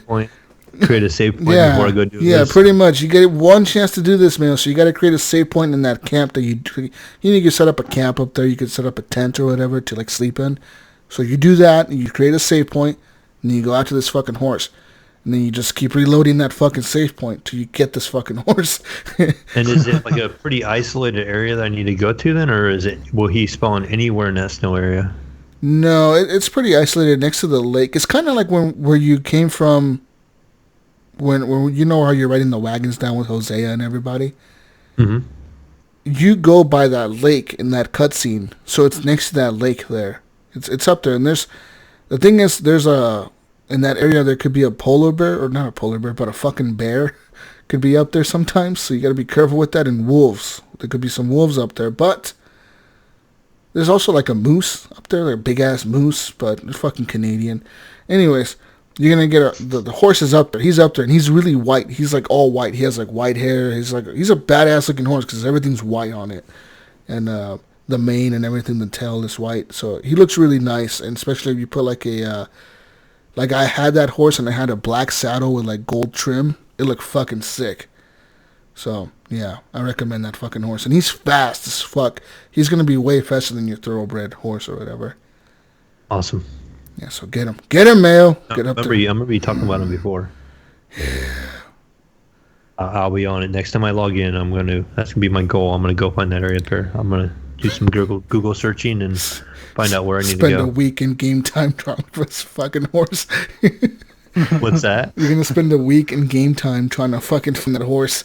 Trying to catch it. Just skipping fucking days, going back to sleep, waking up, going back to sleep, waking up, going back to sleep.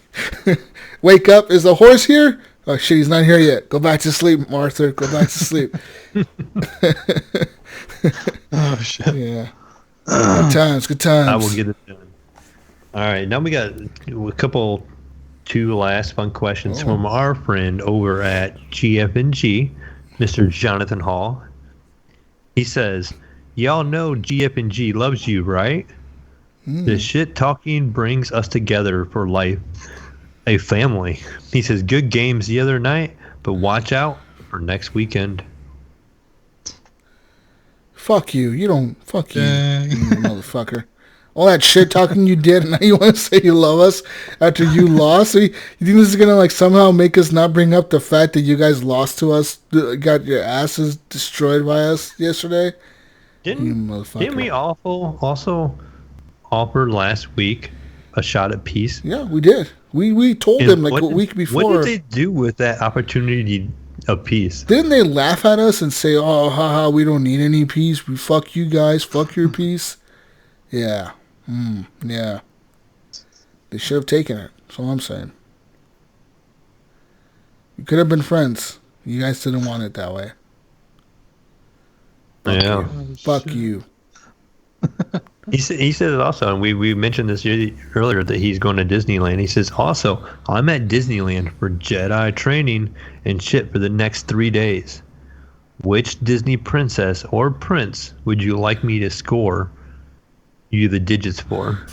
You know, we out there getting Disney princesses' phone numbers? Yeah, he wants to know if you want a Disney princess phone number or prince number. Give me what princesses would I want the phone numbers of? Give me Jasmine's phone number from Aladdin. Mm-hmm. And how about some motherfucking who the fuck else? I'm thinking. I don't know who else. I just want Jasmine's number is enough. She's enough. That's all I want. You better tell her, I want an autograph from my friend Jesus, and you said you need to put your phone number next to the autograph.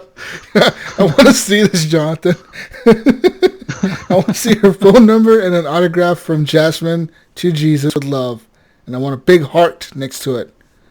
I want that now. It might be easier for him to get Jasmine's number, because you know who I think he's going to go after? I think Jonathan's going after Aladdin, so he can get the Genie's website. Genie, and Genie can wish, a GF&G win. I was going to ask the Genie for a win.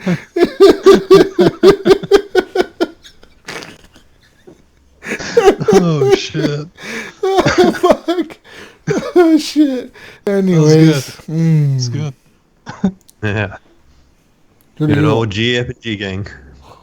Whose number do you want, Mayo? I'm trying to think of different princesses too, and I think you're probably right. I would have to say, Jasmine and Jasmine. Yeah. If it wasn't for that whole fishtail thing, Ariel wouldn't be too bad either. But I thought Ariel, but then that's what I thought too. I'm like, man, that fucking fishtail, I can't deal with that, dude. It's a deal breaker. Plus, I'm not a big fan of the ocean, and her father lives in the ocean. I can't be going to visit him. Well, you wouldn't have to go visit the animals that way. That ain't happening, motherfucker. So fuck that. I'm sorry, Ariel. What about you, Native? Oh, fuck. I don't know. Right, Jasmine or, fuck. I guess Belle. Belle. Yeah. Her yellow dress. Yeah. Yellow dress. Okay. Anyways, there you go, Jonathan. Talk shit about us on the podcast. You need to get a Bell autograph, an autograph with love to Jesus with her phone number on it, and says "fuck gfng." She probably won't write that, but you can ask her to. Try it. Yeah. Well, that is it for community questions for us. Wait a minute. Speaking of like Disney, isn't that chick from the Star Wars movie? Isn't she like a Disney princess now? Because Disney owns Star Wars. That Rey technically. chick. Yeah, I guess. Give me her phone number too. Go ahead. Since you're gonna be in Jedi Training Academy, pretty sure she'll be around somewhere. Go get her phone number, Jonathan. Yeah, fuck yeah. He'd come back. What was the girl, the Asian girl? I can't remember what her name was. The one that got deleted from all the Star Wars fucking shit. Didn't you see that? The one like they had like a bunch of like shit of her, like a bunch of like gear and stuff at the Disney store of her, and like they just got rid of everything. Like she doesn't exist in the lore anymore. Really? Like, yeah, Holy dude. crap. People hated her I can't character. remember. know What that. was her name? What was that character Like name? Poe or something like Poe or yeah. I don't know. It's gonna drive me nuts now. Do I know? Character. Let me look it up right now.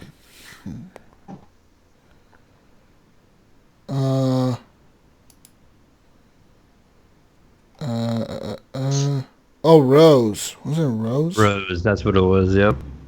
Rose. Yeah, I'm looking at pictures of her right now. Dude, everyone hated her. I don't know what the fuck. I guess because her story really didn't have like any payoff. You know what I mean? Like the whole movie, her story was just like she's hanging out with this Flynn dude, and they're doing things in the casino, and it was really like at the end there was like really no payoff for her story, and everyone thought she was gonna be like a love interest for Flynn, but it didn't really happen that way. So I don't know what happened there. And her character pretty much got written off. And I don't even think she'll be in the next movie. Yeah, unfortunate. That sucks. I mean, at least she got to play a character in Star Wars. That's a cool thing. Yeah, I mean, how cool would that be to actually be able to tell your kids, Yeah. like, I was a character in that Star Wars movie? Even if I was like a stormtrooper, I'd be fucking excited. Yeah, I was that guy standing right over there. Look, I'm the guy. I'm the short one. The one in the back. I'm not stormtrooper. Throwback. The one wearing white. Yeah, the stormtrooper holding the gun sideways. Look at me over there. Yeah, that one. Yeah. Don't be gun sideways. Gangster style. Oh, shit. You know what I mean? That'd be cool as fuck. And there's people that actually have that. Like people that have credits in Star Wars. Like, who was in the last one? I think the dude from James Bond was in it. The dude who plays James Really? Bond. Yeah, Daniel Craig or whatever his name is. Yeah. Wasn't he in one of the Star Wars? He was like a stormtrooper, wasn't he? And that was like a big deal was that he was in the credits, but it was like, what the fuck was he? He was in the credits of the movie. Yeah, But what actually, did I he think do? you're right. I'm thinking, I think he just played a stormtrooper, like a random Yeah. fucking stormtrooper in the movie. dude, that's nuts. Yeah, like even famous actors like to have their names in the Star Wars credits. I would too. Shit, be sick. I remember Put it on your resume. Star Wars stuff. We had a Comic-Con here in Columbus, Ohio one time, and it's the only one I've ever been to because my wife and I are kind of fans of Doctor Who, and they had a couple people from Doctor Who here. But they also had the guy his name is Ray Park. He played Darth Maul. Oh shit, yeah. And so we got to go to his Q&A, and we got little autographed Ray Park Darth Maul coins from him. He had given to us. But he was a really cool individual. He was pretty neat to talk to. But he's in other movies, and the funny thing about all his movies, he doesn't have speaking roles. So in Darth Maul, he has very minimal speaking role. And he also played Snake Eyes in G.I. Joe. And he was really? I think he was Toad in X-Men. Dang. And then there was like one other movie he was in. I can't remember what it was, but basically like kind of like a martial arts kind of fighter guy with very little speaking scenes. Huh. Yeah, I Like, looked it talking up. about- Oh, sorry. Go ahead. Interrupt you. Oh, he was in Star Wars Force Awakens. Daniel Craig was. Oh, okay. Yeah. Does it say what he Stormtrooper. was? Daniel Craig? Yeah, he was a stormtrooper. Jesus was correct. Yeah. Yeah, see, people do that show all the time. They want to be in Star Wars. I would too, shit. Put me as an Ewok in the background. I don't fucking care. Anyways. So that's all we have. Yeah. With that being said, Jesus, where can we find you? You can find me on Xbox Live, gamertag JesusWalksAlot. You can find me on Steam, JesusWalksAlot. On the PlayStation, I'll be playing Death Stranding this week. Gamertag the letter G, S-U-S, Walks-A-Lot. Capital G, capital W, capital A. Everything else is lowercase, no spaces. Just go ahead and add me. I've been thinking about changing my gamertag on PlayStation, guys, but I don't know what to change it to. I mean, I can't use Jesus. So what do I use? I don't know. Mr. Walks a Lot. That might work. Mr. Walks a That Lot. might work. I might have to do that, Mayo. I'll check if it's available. If it is, I'll change it. You know what? I'm going to go right now on the website and do it. Anyways, where can we find you, Mayo? You're going to find me pretty much everywhere as the Mayo 1. And you're going to find me on Discord as just the Space Mayo. The Space Mayo. That's right. Mayo, you remind me of this dude who breaks cell phones on the internet. There's a guy, his name is, I think it's YouTube called like Jerry Rig or something, Jerry Rigs Everything or something like that. And all he does, this is bald dude, and all he does is break cell phones and like electronics. He'll be like, today I'm breaking the fucking iPhone 11. And he'll be like, today's video is brought to you by Squarespace. And then he'll like, just all he does is scratch the screen. He's like, okay, we're going to test the screen, how much scratching it can take. Then he goes and he scratches the screen and he tells you like, this can withstand up to a diamond or whatever the fuck. And then he'll be like, oh, we're going to take it apart. And he heats up the phone and takes it apart. And he talks about the connections in it. And every time I watch, I don't even know why I watch his videos. Because I don't even know why. I think it's his voice that just attracts the fucking me watching the video. But it reminds me of you, Mayo. He has that fucking Mayo voice. And he uses it to make money on YouTube. You should do it too. Just find something else and like start breaking things. Like, today on the Mayo channel, Mayo breaks everything. Today we're going to be breaking the PC 1070 Ti. And breaking this shit. It's like break it over the edge of my 8-foot desk custom. It's just like breaking. Like, all this dude does is break cell phones, dude. And he makes like millions, I think, off of YouTube or something. Because he has like an elevator in his house and shit. It's fucking nuts. Crap. Yeah, he like installed an elevator. Made a YouTube video about installing an elevator in his house. I think because his wife is in a wheelchair. But still, he installed this elevator in a fucking 2-story house. You need to do this, Mayo. You need to get on this shit. Just for Don't you. Forget to cry a couple times. I'm going to take your idea and run with it, right? I'm going to go out and buy a 2080 Ti right off the rip and break run out there and just smash that thing. Today we're gonna test the durability of a 2080 Ti. You'd be like, I'm gonna get today. paid. I'm combining 2 YouTube channels. I'm gonna get a YouTube channel of me breaking a 2080 Ti and a YouTube channel of me crying afterwards. You're gonna be making all the money then, Mayo. I didn't know what I was doing. Gonna be making and then I'm gonna make a video on my stream. I'm gonna talk about how you deserve special treatment because you're a podcaster, and you shouldn't be held accountable for his actions. We have a plan here. Oh.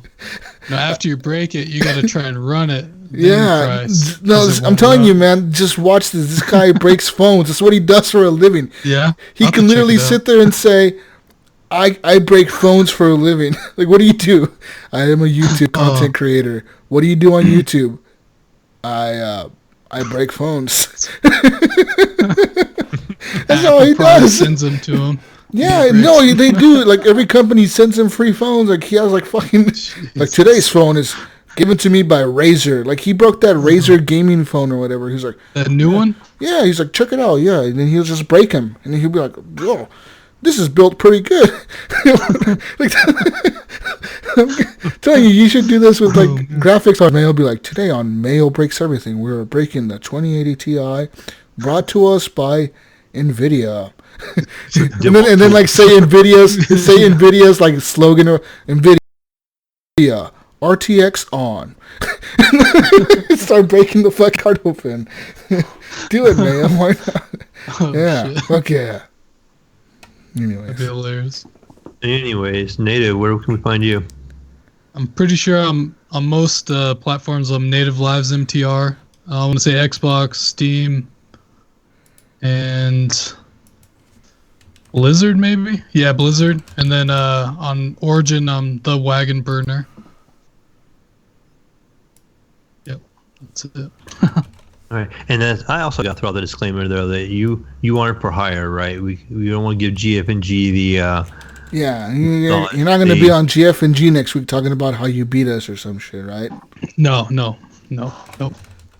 This is just, I was offered to play and I played. Yeah, and no money is exchanged in that. Guys, guess what? What's up? JesusWalksAlot is available. Really? On PlayStation? Holy shit! Heck yeah. Holy shit! They must have listened to me finally after complaining to them for years. Okay, I'm going to confirm it right now. Confirm the change. Help your friends recognize you. Let your friends see your old online ID next to your new one on your profile. Only if your friends will see this, and it will automatically expire after 30 days. Confirm. On JesusWalksAlot on PlayStation! Holy shit! Oh my god! It's a dream come true, guys. Am I dreaming right now? Am I really JesusWalksAlot? Wow! Heck yeah. Wow! You guys are. This is like real reaction, guys. This is like I just found this out right now on the show. When I told you guys I was gonna go change my name. I tried Mr. Walksalot and it was taken, but JesusWalksAlot wasn't taken, Mayo. So I am super glad for you. Heck yeah. Wow! I can't believe it took him this long. They must have finally listened to me after all my complaining. What probably was they probably figured out that Microsoft listened to us, and since Microsoft listens to us, they probably were like, we better listen to these guys too. And then they heard you complaining, and they were like, guys, is this really the case? Can we not do JesusWalksAlot? And they were like, no, sir, we cannot do JesusWalksAlot. We find that offensive. And they're like, well, this guy Jesus says it's not offensive, and we need to add it. And so they added it. That's his name. They've added it, and now we're here. Now we're here in 2019. Oh my God. Everything has changed. My whole world has changed. Holy shit. Oh, you know what? You kind of missed the opportunity. You should have changed it to no longer offensive JesusWalksAlot. No longer offensive Jesus. Oh, shit. Wow. I'm going to tweet at them, and I'm going to tell them thank you for letting me change my name. You know what? I'm going to tweet at them right now. I'm going to take a picture of this. That is kind of a big deal because, you couldn't use your name. I couldn't use my name for a long time. Just fucking wow, dude. Oh my God. I don't know how happy I am right now. You really don't. Oh, I can tell. You don't understand the happiness of my life. I feel like my life is complete now. Thanks to Hideo Kojima. I think, you know what? Death Stranding must have changed this. I think Hideo Kojima told them to change this. And he changed my life now forever. Heck yeah. What a tweet. Anyways, keep talking, man. I'm over here tweeting at Sony right now. At PlayStation. But Mayo, yes. No, I was not hired, so back to your point. We used to throw that out there. We don't want them blaming us. We don't want them saying that we hired you to come in and help and anything like that. Jesus and I found you all by ourselves. I remember when Jesus was streaming, and I happened to be watching, and you were on the stream. We were playing Mortal. Yep. And you jumped in, and we were chatting with you for a while, and we invited you to play, and you was all excited. Heck yeah, it was fun. I tried to play Mortal today, actually. Think about it. I've been seeing some updates on that game, but I don't know. Yeah, I couldn't find a server though. Yeah, that'd be interesting if the gfng could challenge us in Mortal. That'd be a fun game we could do hand-to-hand combat. That'd be cool. But I don't know. Too bad it's not cross-platform or something.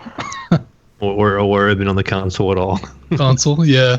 I did hear them say they want want to challenge us. They want to challenge us in For Honor. Oh yeah. Oh dang. But I haven't played that in a while. I don't play For Honor at all. What about you, For Honor's Jesus? tough. You ever played For Honor? Oh yeah, I played For Honor. I was really good at it. I was better than Jonathan until I stopped playing. Yeah. Dang. So is Jonathan the level that we need to compare things to? Is that what you're saying? No, he's not that good. No, you probably could beat him. Even though I never really played For Honor, I played the beta test at For Honor. No, if you never played, he's probably gonna beat you. Okay. it's kinda- I would not play For Honor. It's similar, but I think it's a little more difficult Yeah. than Mortal. It's a cool game though. Didn't they just have an update or something? Or Who's new that? content? For Honor? Yeah, I think For Honor did have some kind of new update come out. Maybe some cross-platform in the future. But if that game is still being played, I thought that game was like dead. Yeah. I want But anyways, Apex Jesus, to be cross-plat. Oh, sorry. Go ahead. that's all I have. You want to take us out of here? Oh yeah, sorry guys, I'm tweeting at PlayStation. Tweet. He's still excited. Anyways, yeah, you can find me on. No, I mean you. The next week we'll be back. Gunny will be back. He's so excited that he got where he's at, guys. Gunny, You got stuttered. Gunny will be back next week. Yeah, he's doing. Maybe. What's he doing right now? What do we say he's doing? Oh, he's probably out partying it up somewhere. Probably doing meth, drugs, all the drugs right now. Guys, we need to get Gunny off the drugs. Practicing his Australian accent. Oh, mate. I got an accent for you. It's fucking Gunny right now at the bar. Just hanging out all drunk. I'm from Australia. This Crocodile Dundee hat. Wearing his fucking hat. I'm from Australia. Henley, you're from Petaluma, California. I'm from Australia, mate. Cut this shit out. Fucking Gunny. We love you, Gunny. Go find Gunny Chief on everything. Just go at him. And we love you guys. Thank you for listening to another week of the Horrible Gamers podcast. Go like the tweet. I just tweeted at PlayStation.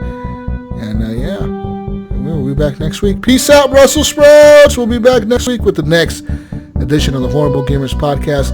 The Need for Speed, Star Wars Jedi, Death Stranded, Red Deaded edition of the podcast. We'll be back. Goodbye. Bye. Peace.